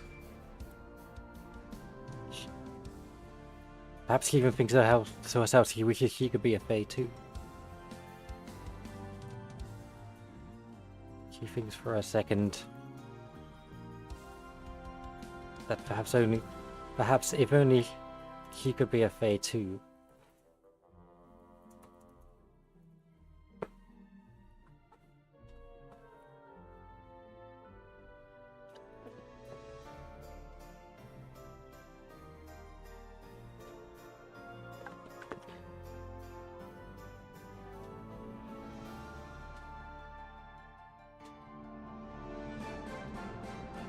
Of course. So she thinks for a second about if only she could be a Fae too, but of course that is a ridiculous notion in her brain. Of course, she tries to dismiss this. She tries to dismiss this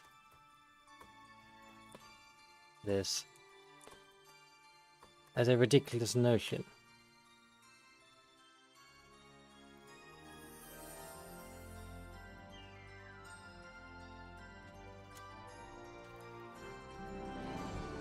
Of course, in the end, the allure of a Fae will always be too great to resist.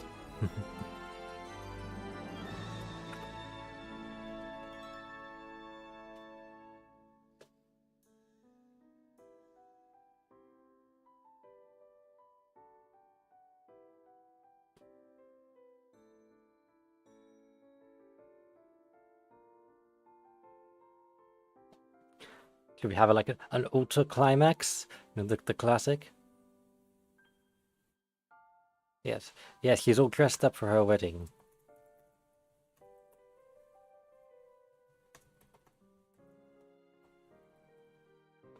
Yes, and that could lead to a bit of action as they perhaps chase after her. She runs back into the forest and tries to stop her. All dressed up for her wedding and approaches the altar where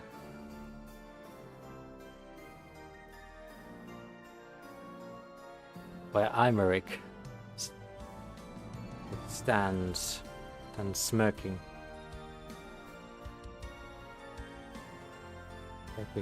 thinking about his new asset.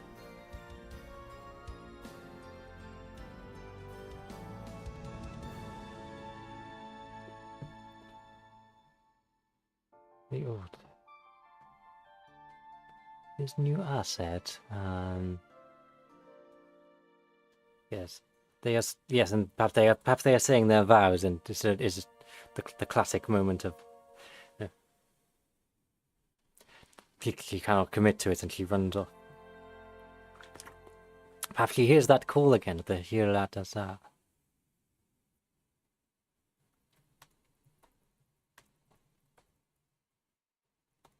But standing at the altar as he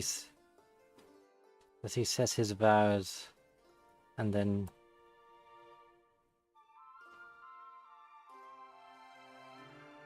in her turn comes to say her vows. As she hears the call again.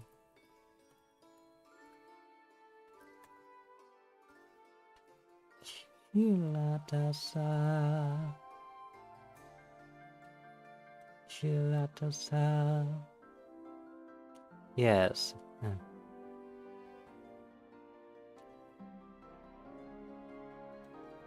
She hesitates and gazes upon this man.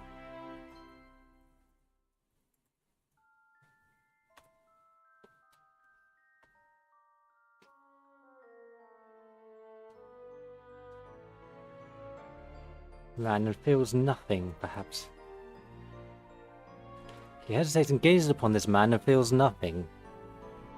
Perhaps maybe her eyes glaze over with lunacy or the touch of a fae.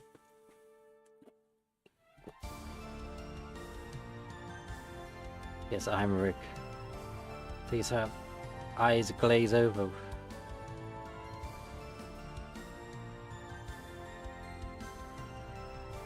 As if looking into another world.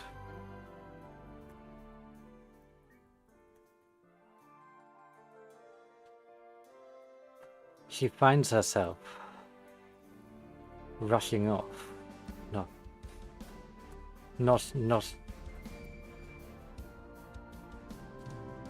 Not even knowing where her legs are carrying her, maybe. She's definitely enchanted by this point.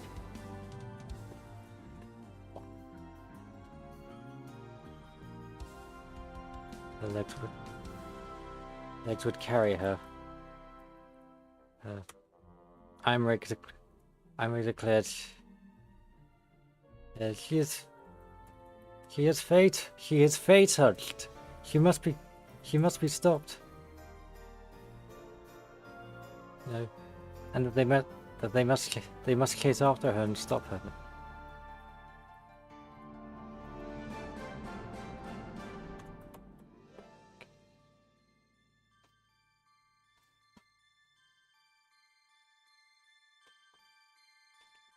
And this would be the climactic scene as she's chased after him.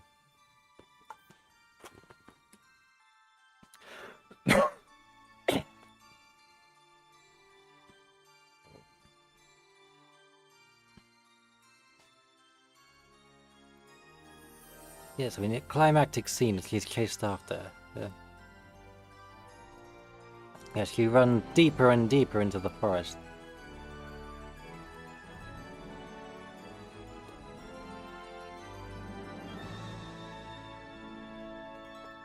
Yet he went deeper and deeper into the forest.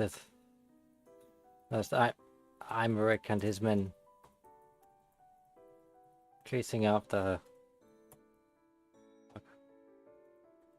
Crying lunacy. She's been lunacy. She has been infected with lunacy.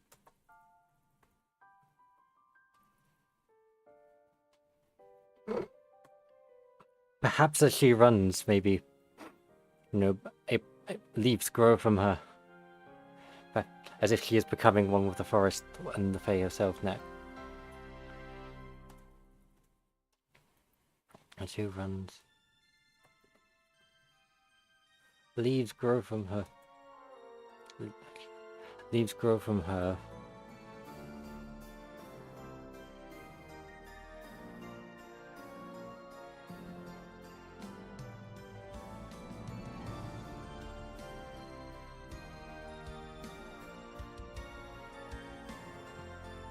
I have to leave it as that. Yes, as if she is... As if she is becoming one with nature. And with the Fae. EP, you're enjoying this, yes?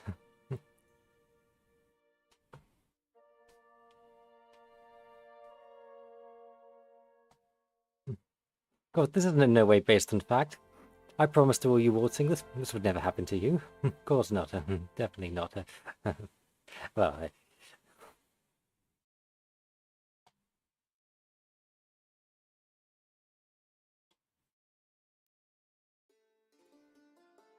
she is becoming one with nature and with the Fae.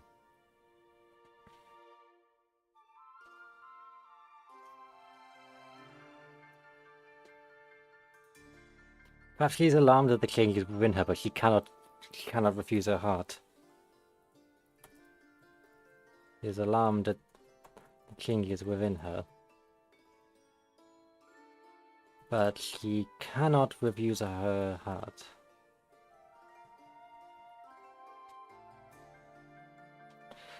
Yeah, but she feels...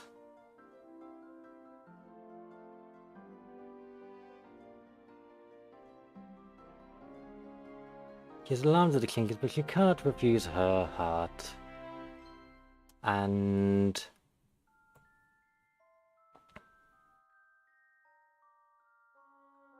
she feels utterly enchanted and intoxicated,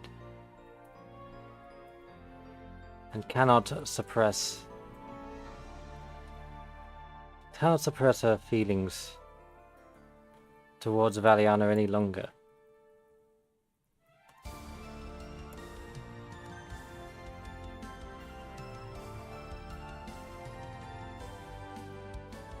But perhaps maybe she trips and is caught.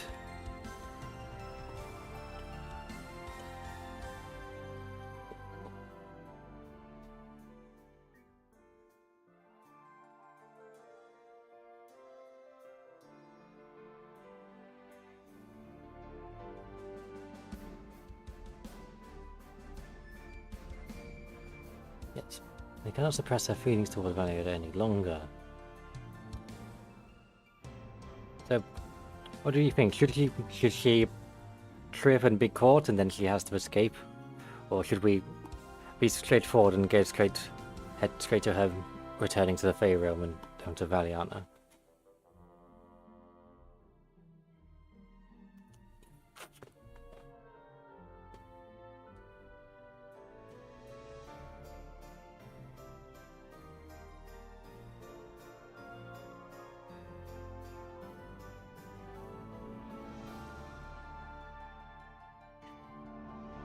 I think for simplicity... Yes, I think for simplicity, perhaps you could streamline it. He ends up back in the Fae realm.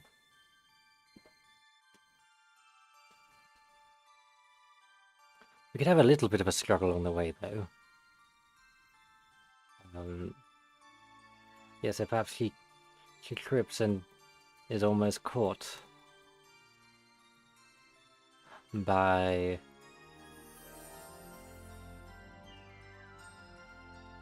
She trips and is almost caught by Americ.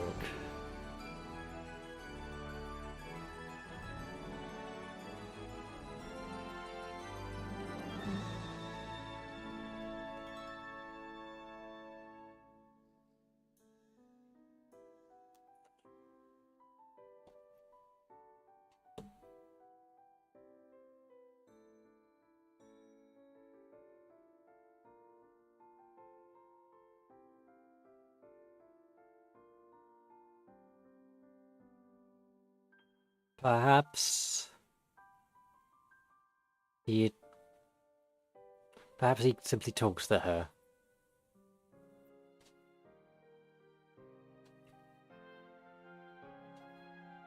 He trips and is caught by Emmerich. Yes, he talks to her.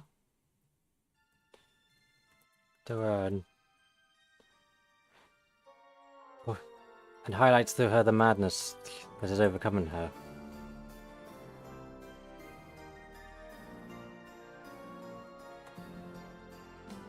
He talks to her and highlights the madness that has overcome her, pointing to the changes in her body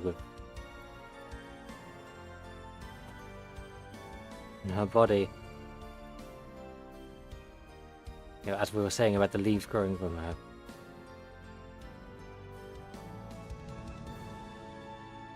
Yeah, oddly, as she's becoming one with nature, and she must return, you know, before she is lost forever. Perhaps maybe she comes to her senses in some way. She's not so stricken with madness, but she thinks about it and consciously chooses to rush back to her.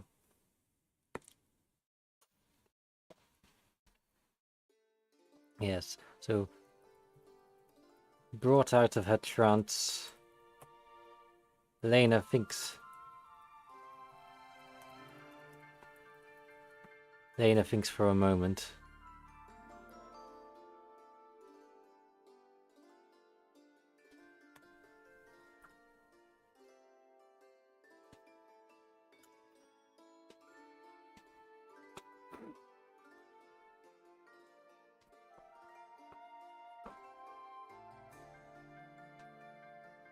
Yes, brought up out of her trance, Lena thinks for a moment, and well, I shall also need to think for a moment about what to say next.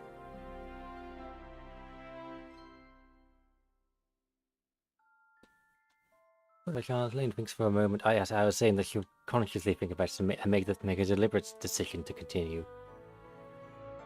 And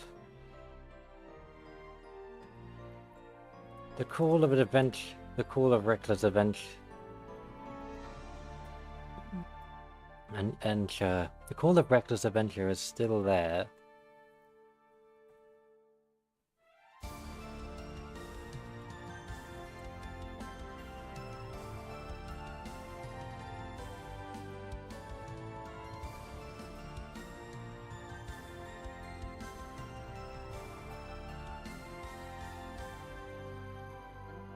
All of Rebecca's adventure is still there, but there and seeing Imeric in front of her and the life she would be forced to live. She would be forced,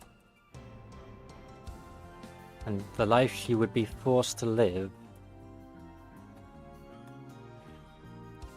Even not in her trance of in her trance of lunacy, she makes the decision to break away from him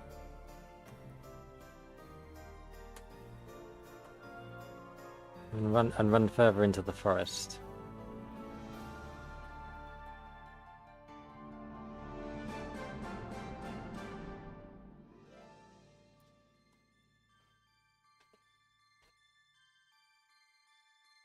Yes, well, I think at this point we're coming to our resolution now.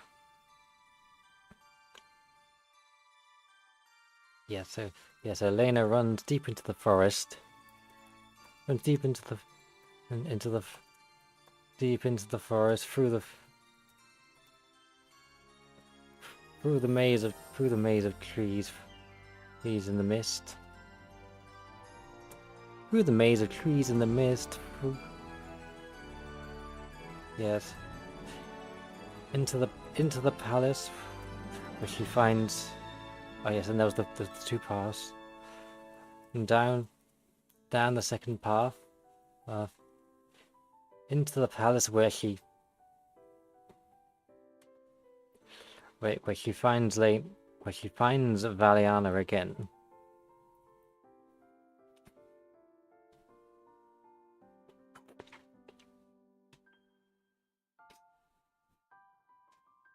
Yes. Now almost becoming Fae. Now having almost become Fae like herself. Like herself, she feels she may perhaps never be able to, never truly be able to leave again.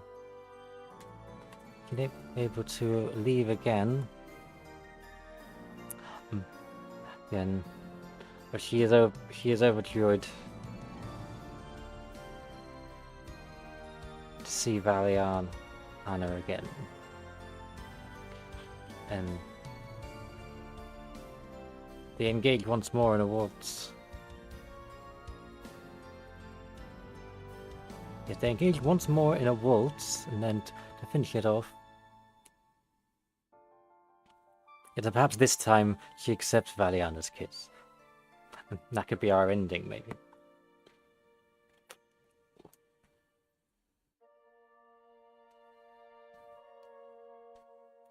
Yes, I think I know what I shall do now. They engage once more in a waltz. Or was finishing their waltz.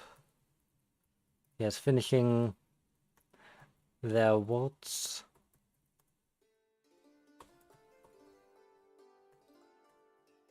On a balcony beneath a wondrous sky filled with shooting stars.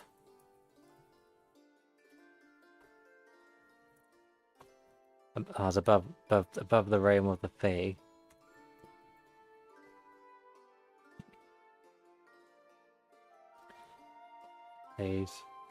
Valiana leans in to offer a kiss. Yes, a kiss of true love to Lena once again. And this time she accepts. Yes, upon receiving the kiss, yes. Given the kiss, she finally becomes completely and truly one with the Fae. And they waltz together for all eternity.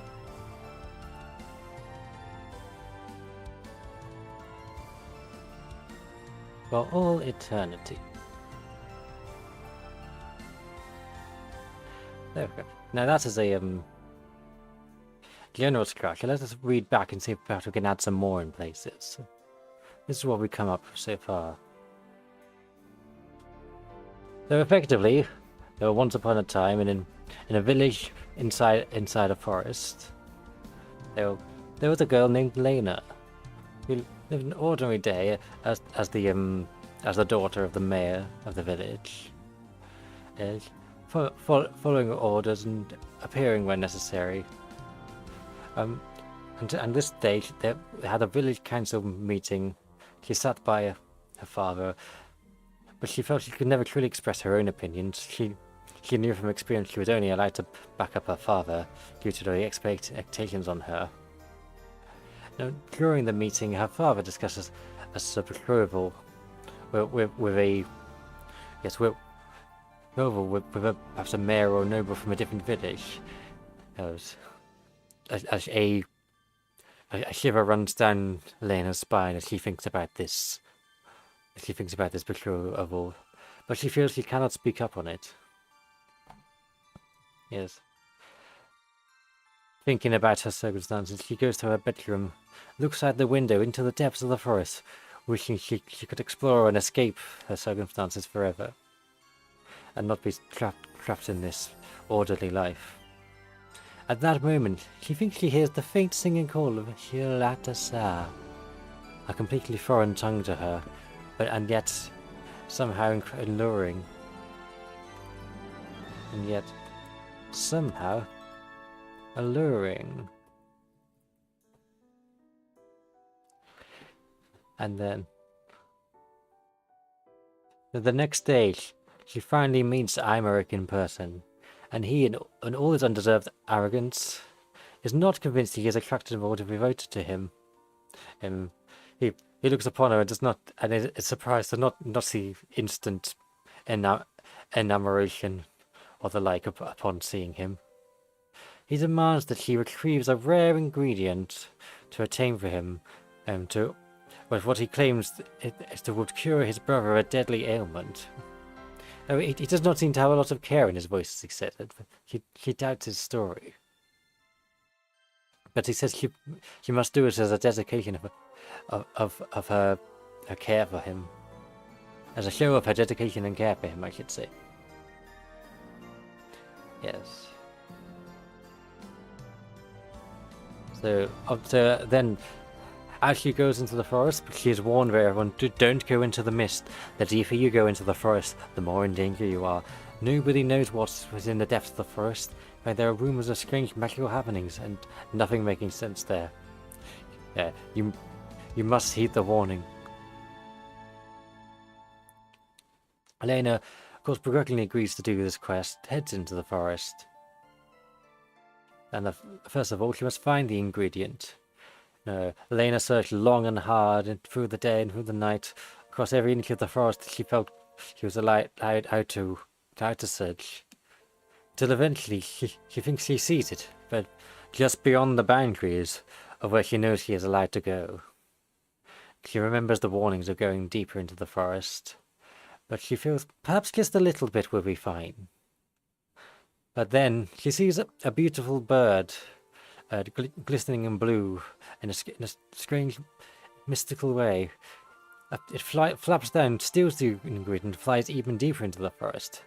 Lena panics. Surely she cannot follow this bird, but she needs that ingredient if she is to save her village and comply with the plans laid out for her.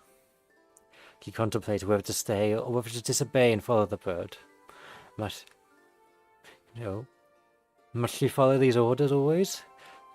Clearly, it would be the betterment of everyone if she was to retrieve this good ingredient.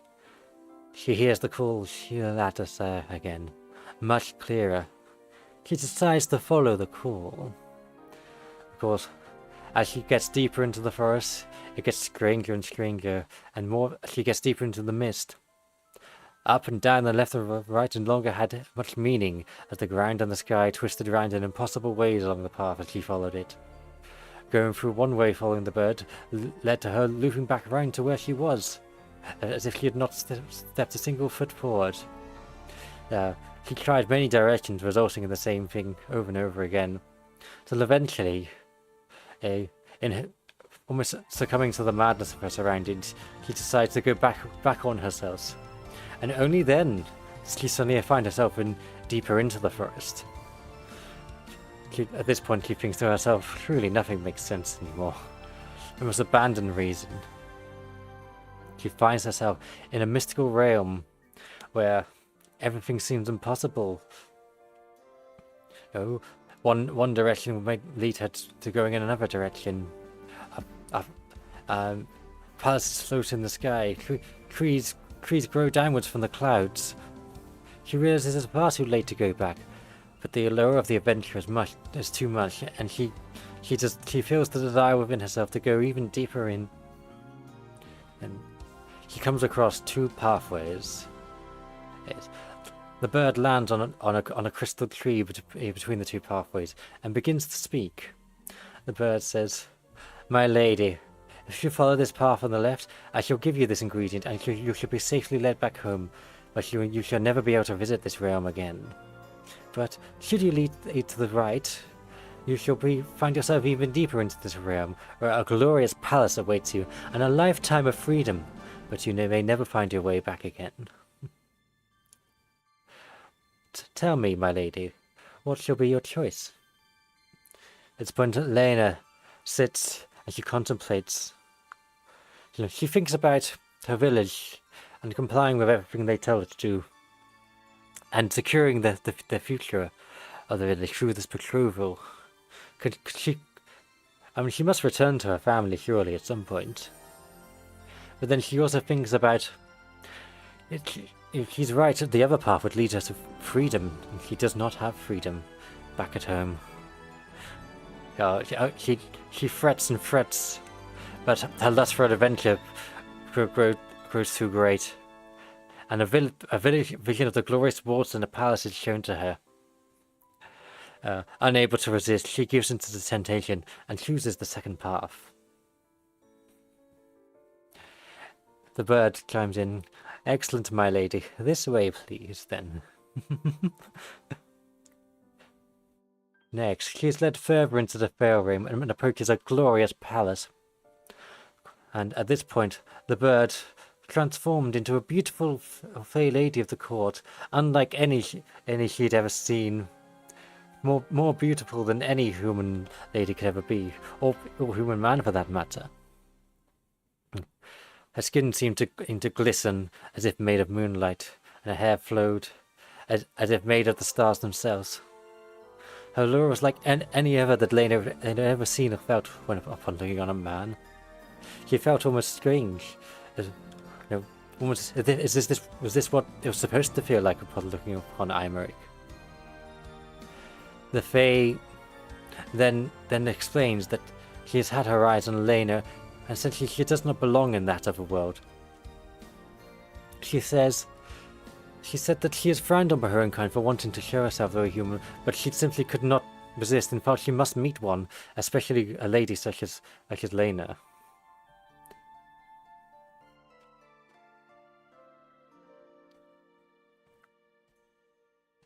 The Fae lady led her to the palace and invited her to waltz with her. Lena realized she must make a decision. Must she accept this waltz with a Fae lady and all her law, or refuse and request to be returned to her family? She gazes upon this glistening Fae of moons and stars, and she feels she can do naught but accept. Such is the allure, she cannot resist. She takes her hand and waltzes the Fae lady. And they dance and they dance through the night. The full moon shines down on them. It's most wondrous and more wonderful than anything she's ever experienced. She dances like she's never danced before, and feeling she's never felt before. She gazes upon this Fae lady. Prithee, what be thy name? She says to the Fae. My name be Valiana. The Fae lady says to her. Valiana, a most glorious name indeed, she thinks to herself. The name seems to etch itself into her brain. And the waltz continues, they dance and they dance, they twirl, in Valia's arm, and she almost she feels herself as flying into the air as they waltz. It's unlike anything that she's ever experienced back at home. Pure and unadulterated freedom and bliss and joy. But feelings begin weighing on her. She begins sinking back down to the ground. Valiana asks her perhaps what is wrong. And she says, and Lena said she feels this feels awfully strange to her. Like this is not meant to be. Of course, Valiana says to her, "I assure you, this is definitely meant to be. I sense your heart, and surely you sense mine."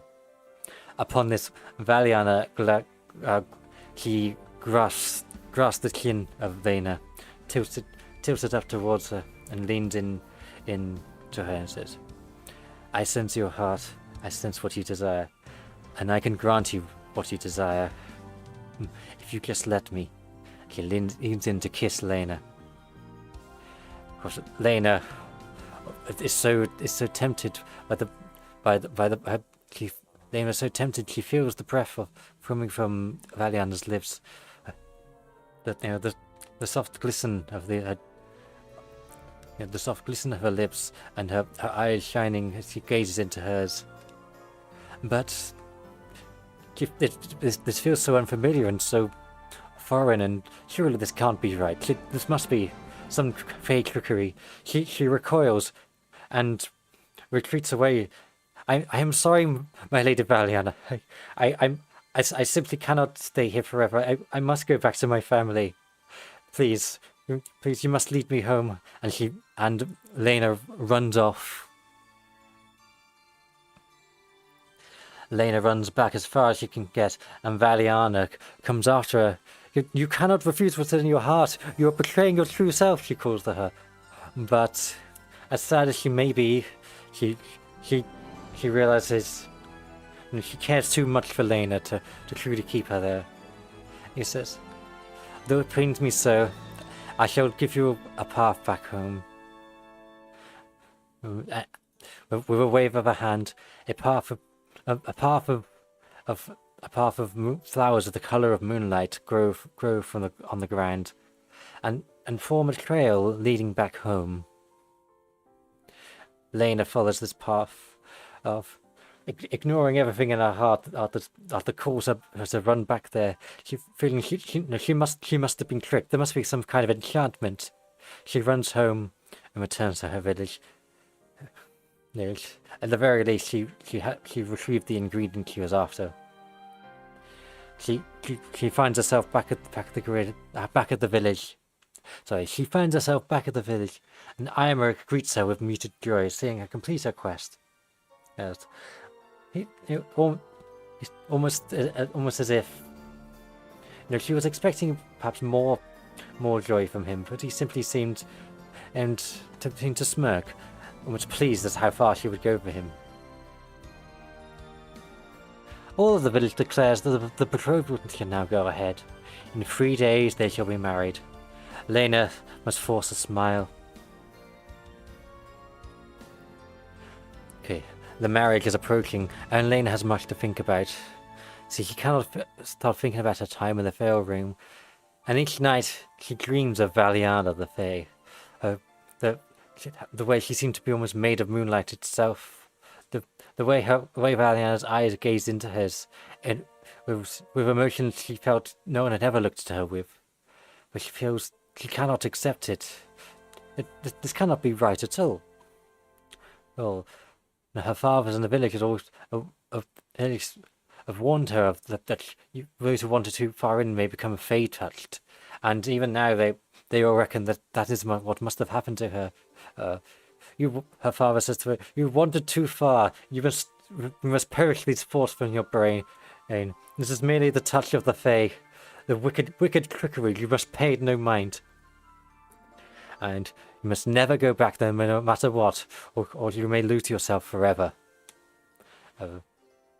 Lena regrettably resigns herself to this truth, knowing that her father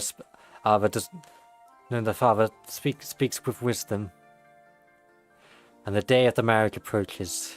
She wakes up, full of dread, but she knows she must comply with what her father in the village wants for her, in order to secure her family's future and the village's future. She's dreading it, but she feels she has no choice. And she knows surely these feelings that ache within her heart so must be the result of her being Fae touched, as they say. But oh, how wonderful being Fae touched feels! If this is what madness feels like, I do not want to feel sanity. She cries to herself. She thinks for a second that perhaps if only she could become a Fae too. Of course, she tries to dismiss such a ridiculous notion. Surely that must be the epitome of lunacy and what she'd been warned about. Oh, she resigns herself and heads out to be dressed up for her wedding. And these outer rooms of the forest seemed awfully normal in comparison. Oh, how she misses the wonder of the Fae realm, but how she must resign herself to normality once more for safety and security. After becoming all dressed up for her wedding, she is in a dress, her hair all done up nice for, as done to Imric's preference. She approaches the altar, where Imric stands smirking. She does not sense the same look that she senses Valiana looking into her with. Only a businessman about to attain a new asset almost. But standing at the altar, he says his vows. She feels her skin crawling as he says he proclaims that he shall possess her and keep her forever. And in turn, it comes to her time to say her vows. She thinks to herself, well, must I say these? I know I must. But once again, she hears the call. She hesitates and gazes upon this man, and she realizes she feels nothing. Her eyes glaze over as if looking into another world. The full moon itself seems to appear in her eyes, and she finds herself rushing off, not knowing where her legs will carry her. She hears Imric's voice crying out, "She is Fae! We must chase her down and stop her!" She runs deeper and deeper into the forest. Imric and his men chasing after her, crying, "Lunacy! She has been infected with lunacy!" As she runs, leaves grow from her. Her ears become more pointed, as if she's become one with nature and with the Fae themselves.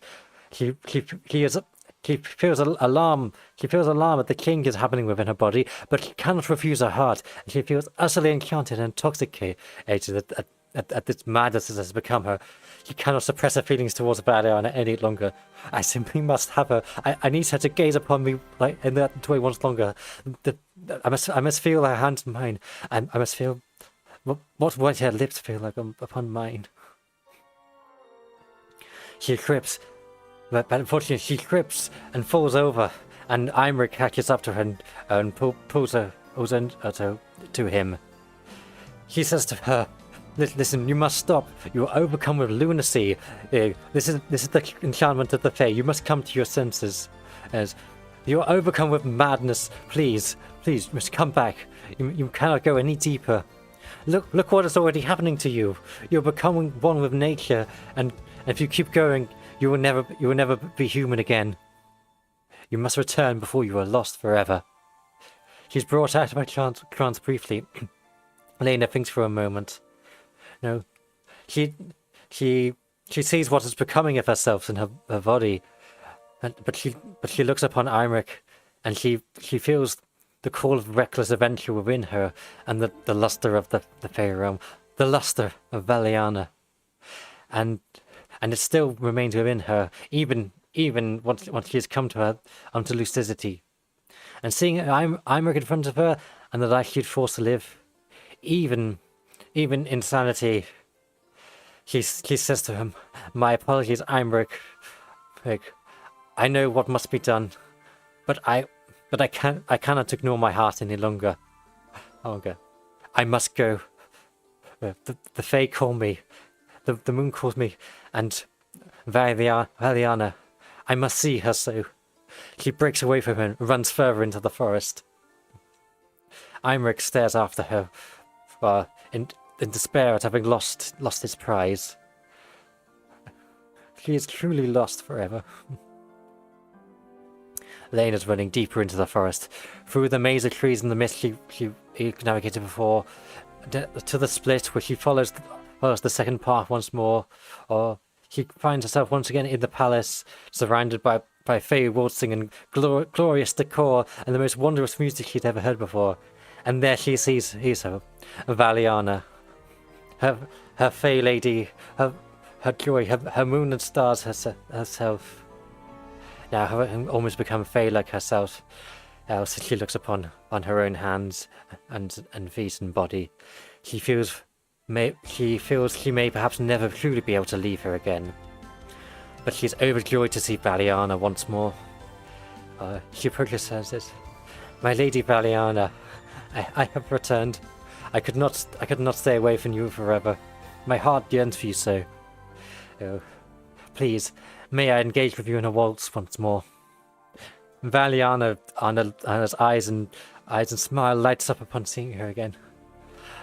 Lena, I am overjoyed to see you once more. I would gladly take your hand. Please, let us waltz. And so they waltzed into the night, on and on, as the music played on, and the night carried on. They waltzed into the sky, surrounded by all the other Fae, and by the luster of the moonlight. They finished their waltz out on the balcony of the palace, as the sky fills with shooting stars above them. They land on the balcony, and Valiana smiles at her. So I see now you truly accept your heart, Lena says. Yes, I do. This is my heart, and my heart wants for nothing more than you, Valiana. Valiana smiles at her. Well, is that so then? She grasps Lena's chin once more, leans in and offers a kiss. Once again, Lena surrenders herself. Says, "You may kiss me as you wish." And Valiana does as so. She implants a kiss upon Lena, and she feels a rush of enchantment through her body in more ways than one. Upon receiving this kiss, she finally becomes truly and completely one with the Fae. And so they waltz together for all eternity, and Lena never wanted to look back ever again. How does that sound for a fairy tale? I'm quite skilled at this, aren't I?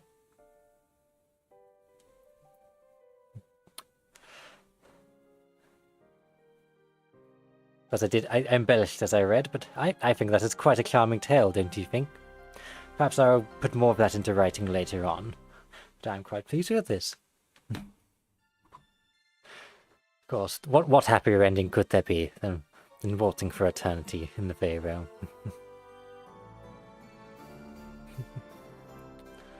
So... 2.5 hours, it's been a shorter stream than perhaps I anticipated. But I'm quite pleased with this story.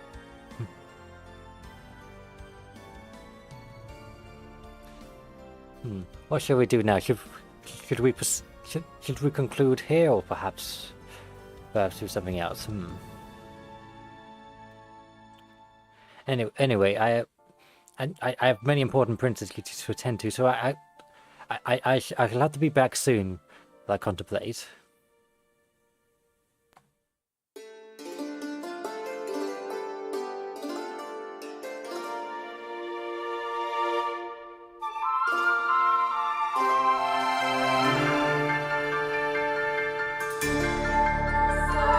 I wander into a forest of mist and mystique, so far from the trail that I blazed. A light dances in the distance.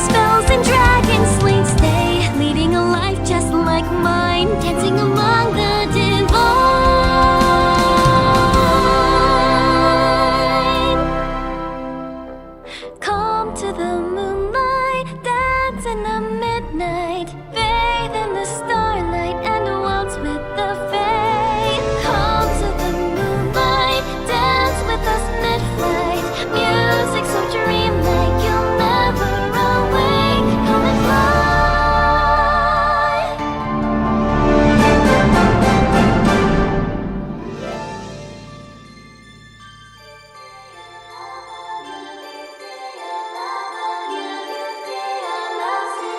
Full moon begins, let reason give in to the magic the moonlight provides. Nature glows blue, the princess glows too, saying I know a spell, you'll become Fae as well. Stars fall to earth, the Fae lost in mirth, as they spread crystal wings and we fly.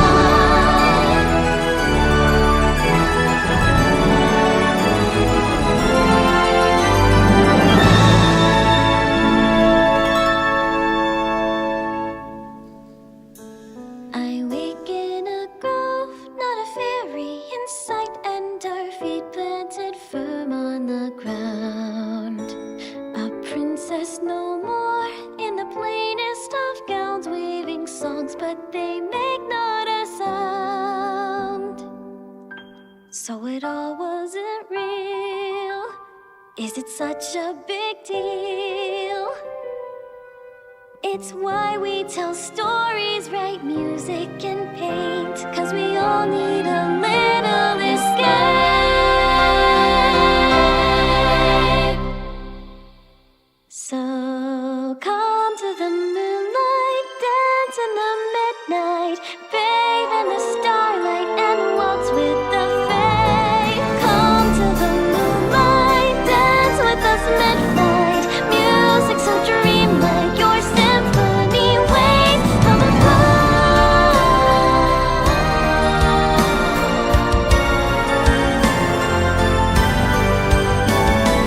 come to the moonlight, dance in the midnight, leave when you feel like I'll always be here. So goodbye. I have returned. Yes, just thinking about it. The call of my music has perhaps not been as strong as the last time. I'm not sure we'll go on for too much longer. We've told our tale now. So I shall just hide this again, yes. Perhaps, perhaps maybe in the future we can expand on this story and these characters. Perhaps Valiana and Lena are still waltzing to this day in my court. Maybe we shall run into them in future streams. Yes, I shall just hide this now. Yes. Anyway, do you perhaps have any... But what should we do? Perhaps a little chat or a Q&A, or should we perhaps wrap it up now? There's a bit of a weaker call to the forest today.